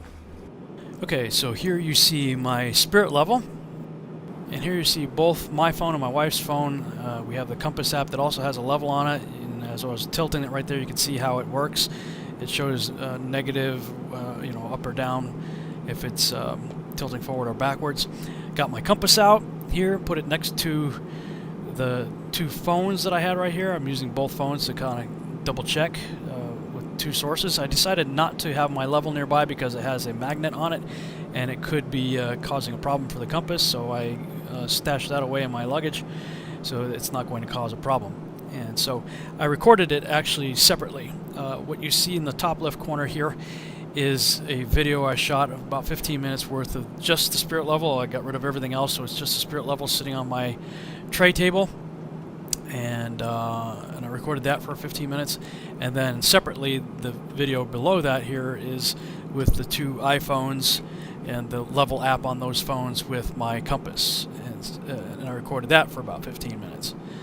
So other than some minor turbulence here and there causing it to switch to about -1, I think was the most I saw as far as it changing its level, they both stayed in the green at 0. So, I mean, here's two tests I did. One with just a spirit level for 15 minutes, and one with two iPhones using the same app, just to make sure both of them are working right. Every now and then I had to tap my phone and my wife's phone because it wanted to go into sleep mode. But otherwise, there you have it. So at no time did the plane ever show any indication of going into a nosedive as you would expect that it needs to when you're flying over a ball. And I know there's people going to argue against that. And that's I'll make another video that deals with that issue. Oh, gravity is taking care of the whole situation. No, it's not. You don't understand how a gyroscope works. But again, that's a whole other video. Right here, you see the on-screen display showing our speed, showing the path we're taking. In the top right, I've got a freeze frame of that. You show the circle of the Earth navigation from Minneapolis to Amsterdam, which on the flat Earth map is a straight line. So there you go. And again, I'm just kind of going back and forth with my camera, just kind of showing. Tapping the phone again because it's want to go into sleep mode. The compass gave pretty much an accurate reading the whole way as I expected it would in the northern hemisphere. I expected it to show an accurate representation of our flight path, both on the circle of the Earth navigation as well as the straight line on the circle of the Earth. So that's no surprise to me. The Max Egan one isn't really a surprise either if you subscribe to the circular flat Earth model. His reading's exactly what you would expect it to be, but not what you would expect it to be if you're looking at the on-screen display in the circle of the Earth navigation. So that's why I wanted to show that clip before this one. Again, there's a lot more to talk about. I don't have the time to do it with this video right here. I just wanted to get out because a lot of people were asking me what happened. People saw the picture that I posted on Facebook saying, hey, I'm all set, ready to go on my flight. I got my compass, my level, and ready to do some tests on the flight. And so since people have been asking me over and over and over again, what were the results? What were the results? I decided just to put this video together. Maybe at some time in the future I'll do another video that will explain the issues of the avionics, the attitude indicator, the altimeter, the airspeed indicator, and how a gyro works, and show that the whole idea that gravity is keeping the plane level is utterly ridiculous. We should be having to dive down. Actually, we're going faster than 500 miles an hour. The calculation I had where it said that we should have to either take a nosedive every 12 minutes to 1.26 miles, or show an increase in altitude of 1.26 miles, or what is that? About 6,653 feet every 12 minutes. Now, again, that calculation is based on going 500 miles per hour, but as you'll see on the on-screen display, we were going closer to 600 miles an hour. So we would have that problem in less than 12 minutes. I'm not going to do the math out here. Somebody else could do that if you feel so inclined. But at any rate, as I monitored the altitude, I never saw much more than a very minor fluctuation, maybe 5 or 10 feet or something like that, which could be accounted for with updrafts and turbulence and things of that nature. So never saw a dramatic increase of altitude, which you should see if you're flying straight and level, and all of the instruments that I had were showing that we are flying straight and level. I'm sure in the cockpit the attitude indicator was showing that too, because that's how a pilot flies. He's always monitoring. I mean, he's got lots of instruments to monitor as well as radios and stuff like that, but 3 instruments that you're really paying a lot of attention to when you're flying is the airspeed indicator, the attitude indicator, and the altimeter.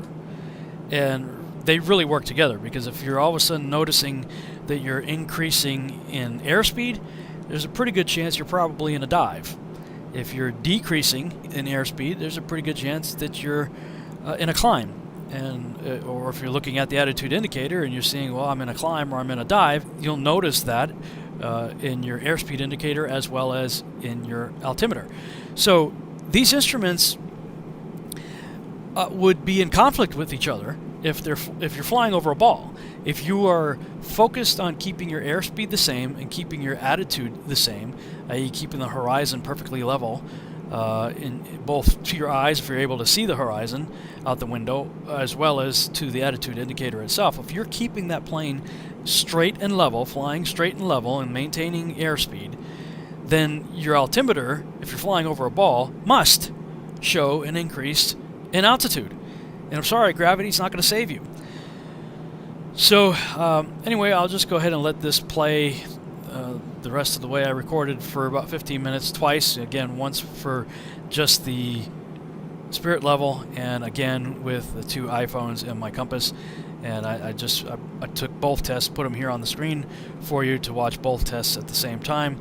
And well, you'll see. We'll just let it play out for 15 minutes, and you'll see that there was no change whatsoever.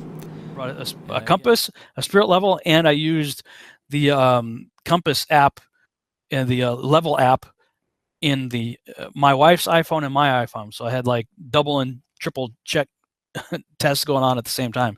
Had a nice long flight to do it on too. And yes, it is true that pilots fly the Great Circle navigation. The Great Circle, yes.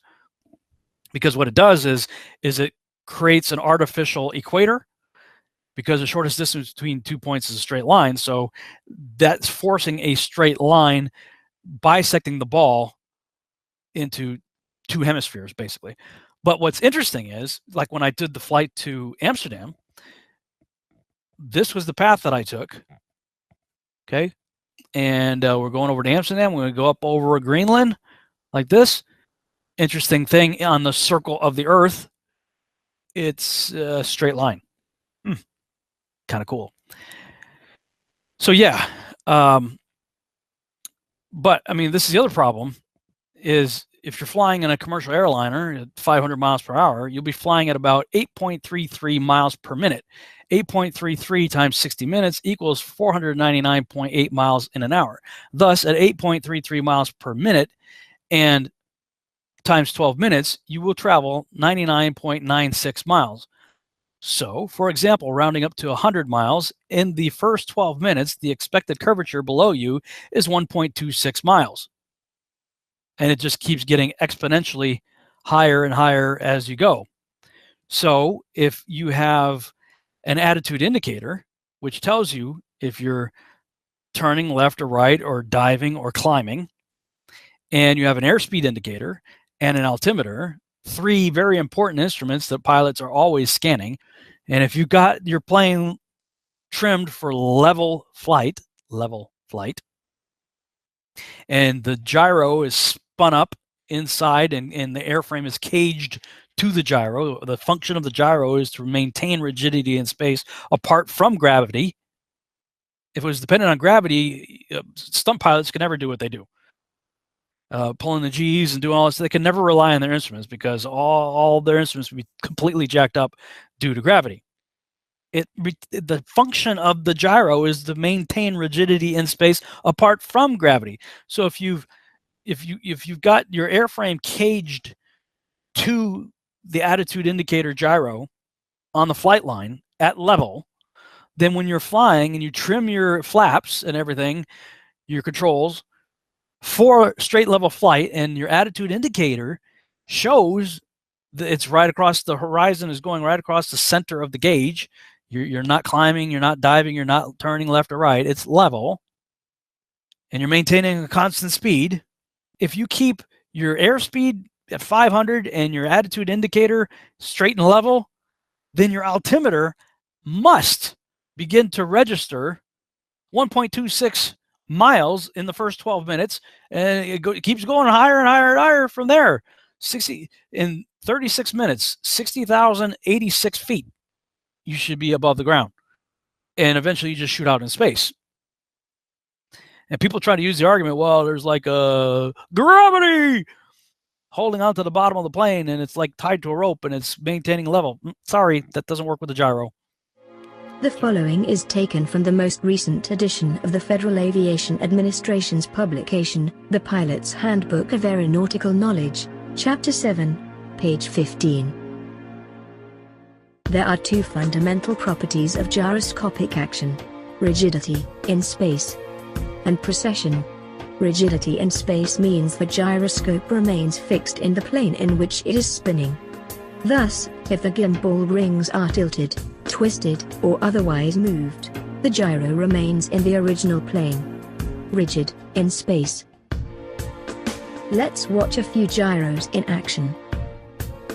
Up first is a video produced by the United States Navy in 1960, used to train pilots on the mechanics of their flight instruments.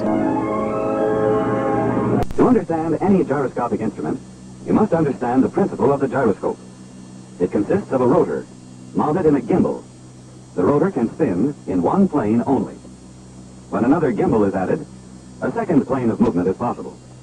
And when this assembly is mounted in bearings, the rotor has three planes of movement and can assume any possible attitude. This is now a freely mounted gyroscope. A spinning gyro has two important properties: precession and rigidity in space. All of its practical applications are based on these two properties. As for rigidity in space, the spinning rotor remains in its original attitude, while the gimbals and base move around it. In other words, the gyro maintains its axis in relation to space and not to the surface of the Earth. If a gyro moves around the Earth, its axis is vertical to the Earth's surface here, at an angle here, and horizontal here. The spinning wheel prefers to stay oriented as it is, and it resists any attempt to change that orientation. The fact that gyroscopes will maintain a particular orientation in space is very useful. In modern aircraft, an inertial guidance system uses spinning gyroscopes to monitor and control the orientation of the aircraft. The gyroscope is suspended in a special cage that allows it to maintain its orientation independent of the aircraft's position.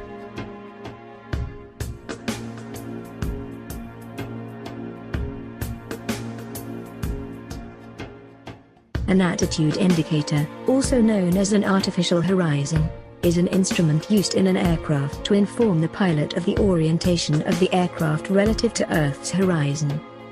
It indicates pitch, fore and aft tilt, bank, side-to-side tilt, and is a primary instrument for flight in instrument meteorological conditions. Pilots must rely on this instrument in order to maintain control of the aircraft during flight in IMC. Each instrument continuously indicates the roll and pitch attitude of the aircraft in relation to the actual horizon, and each obtains this information from a freely mounted gyro. The axis of the rotor is vertical and, due to the property of rigidity, will remain in this position as the aircraft assumes any attitude. Therefore, the gyro establishes a vertical reference from which roll and pitch deviations of the aircraft can be measured. Another excerpt from the pilot handbook states, "The gyro is mounted in a horizontal plane and depends upon rigidity in space for its operation. The aircraft actually rotates around the spinning gyro." Now that we have a fundamental understanding of how the gyroscope and attitude indicator works, let's contemplate an intriguing and quite contradictory scenario. A scenario that occurs every single day during every single flight. When an aircraft takes off, climbs to its final altitude and levels off, the attitude indicator depicts a perfectly level attitude.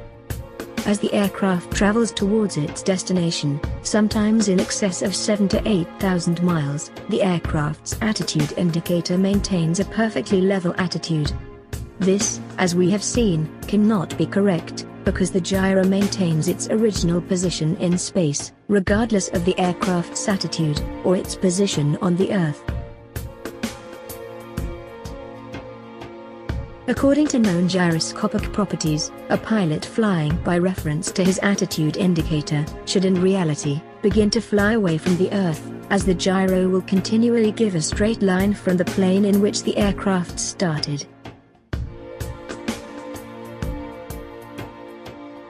Again, it is stated that the attitude indicator is reliable and the most realistic flight instrument. It gives an instantaneous indication of even the smallest changes in attitude, and, since the gyro relies on rigidity in space, the aircraft actually rotates around the spinning gyro. Therefore, we can logically only conclude two answers to our problem.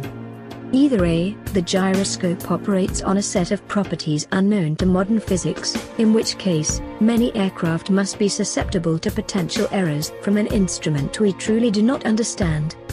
Or B, our world is not what we have been told. The curvature of the Earth is not what is claimed by NASA, nor is it curved much at all, lest the gyroscope would read inaccurately during every flight. One can only conclude that the gyroscopic properties are fundamentally true, and therefore the world in which we live has a few more questions that need answering. Gyro's job is to maintain rigidity in space apart from gravity, independent of gravity. I mean, if gyros are subject to the same forces that humans are, well, when you talk about G-forces, you're pretty much screwed. if the gyro is reacting to gravity like this, it's not a very reliable instrument. And perhaps that's why NASA has, I mean, you could go to NASA websites and see for yourself where they have documents like this right here. You click on that, it takes you to a PDF. It's of a document called The Derivation and Definition of a Linear Aircraft Model. NASA reference publication 1207, published in 1988. You can scroll down to the opening statements. Summary: this report documents the derivation and definition of a linear aircraft model for a rigid aircraft of constant mass flying over a flat, non-rotating Earth. The derivation makes no assumptions of reference trajectory or vehicle symmetry. The linear system equations are derived and evaluated along a general trajectory and include both aircraft dynamics and observation variables. And you can scroll through this document, and most of this is aviation mathematics and things of that nature. A lot of math going on here. And scroll down to page 30, concluding remarks. This report derives and defines a set of linearized system matrices for a rigid aircraft of constant mass flying in a stationary atmosphere. In other words, the atmosphere is not being velcroed to the Earth, traveling 1,000 miles an hour, over a flat, non-rotating Earth. So they're saying it again in the concluding remarks. And you can find another document that's similar to that one at the FAA.gov website. You can probably read this long URL here if you're interested. And you can scroll down to page 32. Somewhere thereabouts. Yeah. The observant reader will notice that the aircraft equations of motion were calculated assuming a flat Earth, and that we here assume the development frame was the northeast down frame. This implies necessarily that Earth rotation and the variation of gravity vector with position over the Earth were ignored in developing the aircraft equations of motion.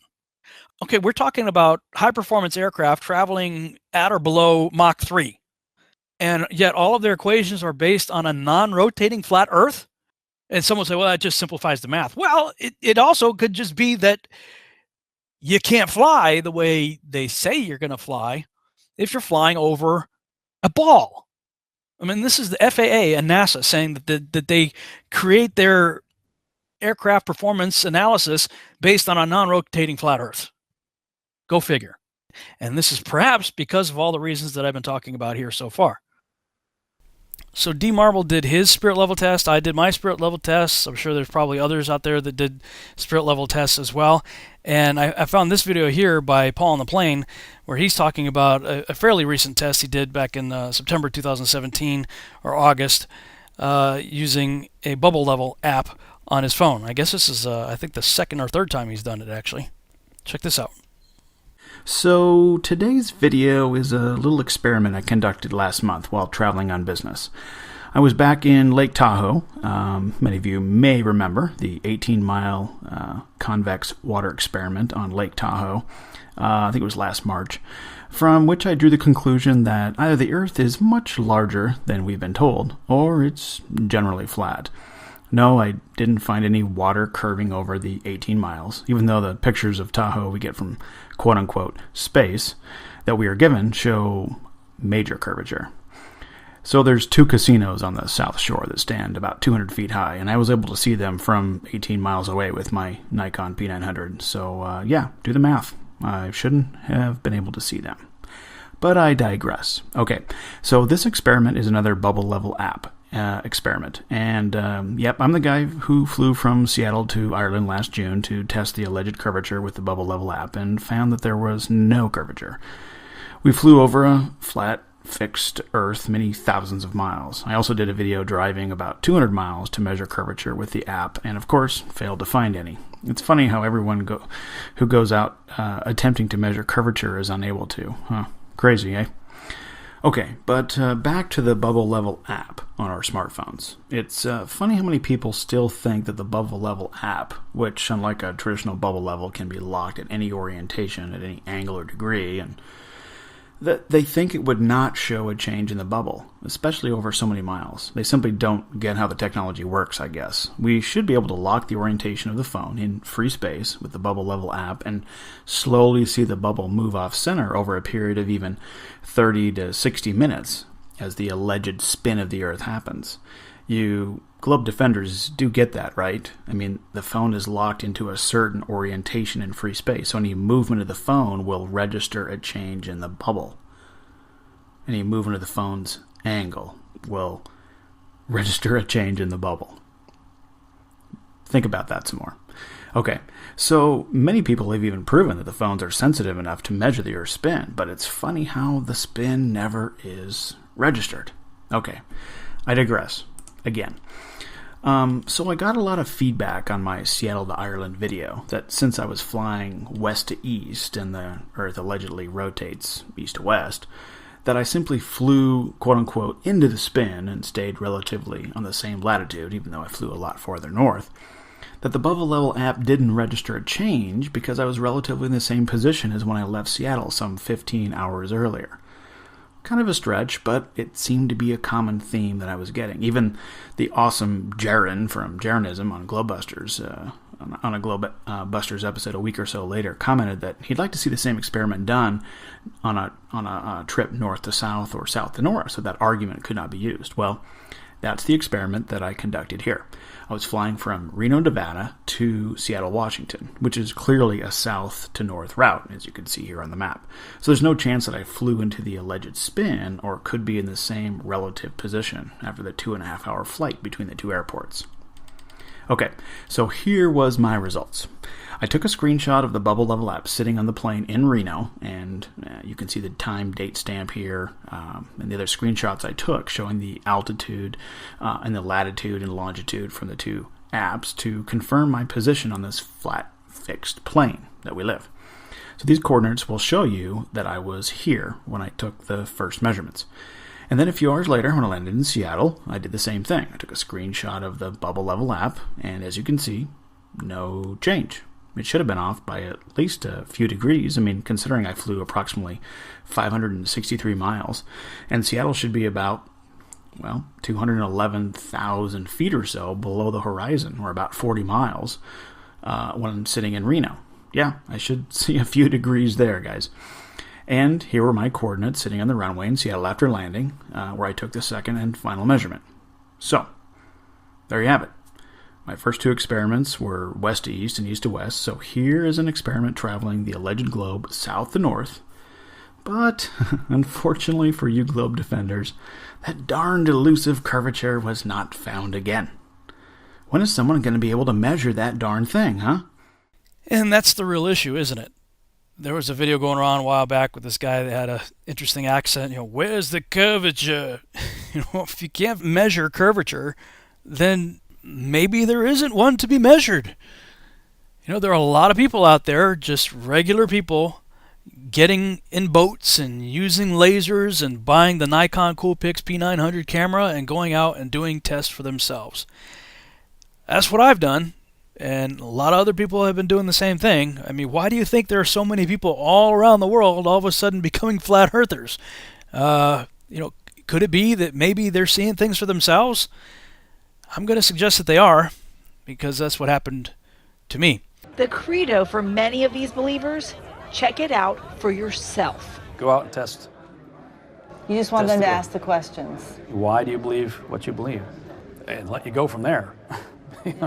Because I could tell you something, and then you just look at me and say I'm crazy. A lot of people watching this are going to be like, that man is crazy. I'm sure they probably do. And I would say, well, they're crazy for not testing what they think they believe. But in a world of disagreements large and small, for something as clear as this horizon, the interpretation could be infinite. For Nightline, I'm Eva Pilgrim in Cary, North Carolina. Let's back that up a bit. All right, this image right here. This is of the Galileo space probe, 1990. And this is actually the image, time-lapse video, that began to turn me into a flat earther. Let's look at it again. This is allegedly a 25-hour time-lapse of the Earth as obtained by the Galileo space probe in December of 1990, when the spacecraft was supposedly over 1 million miles away. Now let's compare that with this right here, which is allegedly a time-lapse of the Earth in 4K resolution as imaged by the geostationary Electro-L weather satellite in the spring of 2011. So let's look at them side by side. Notice anything peculiar? I'll have a lot more to say about these images in the Debunking the Number One Reason Why We Allegedly Know the Earth is a Globe video, if and when I ever get the time to complete that video.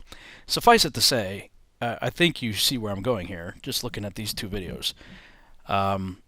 Both represent a full day. You have on the left 24 hours of rotation, and on the right you have a full day and night depicted.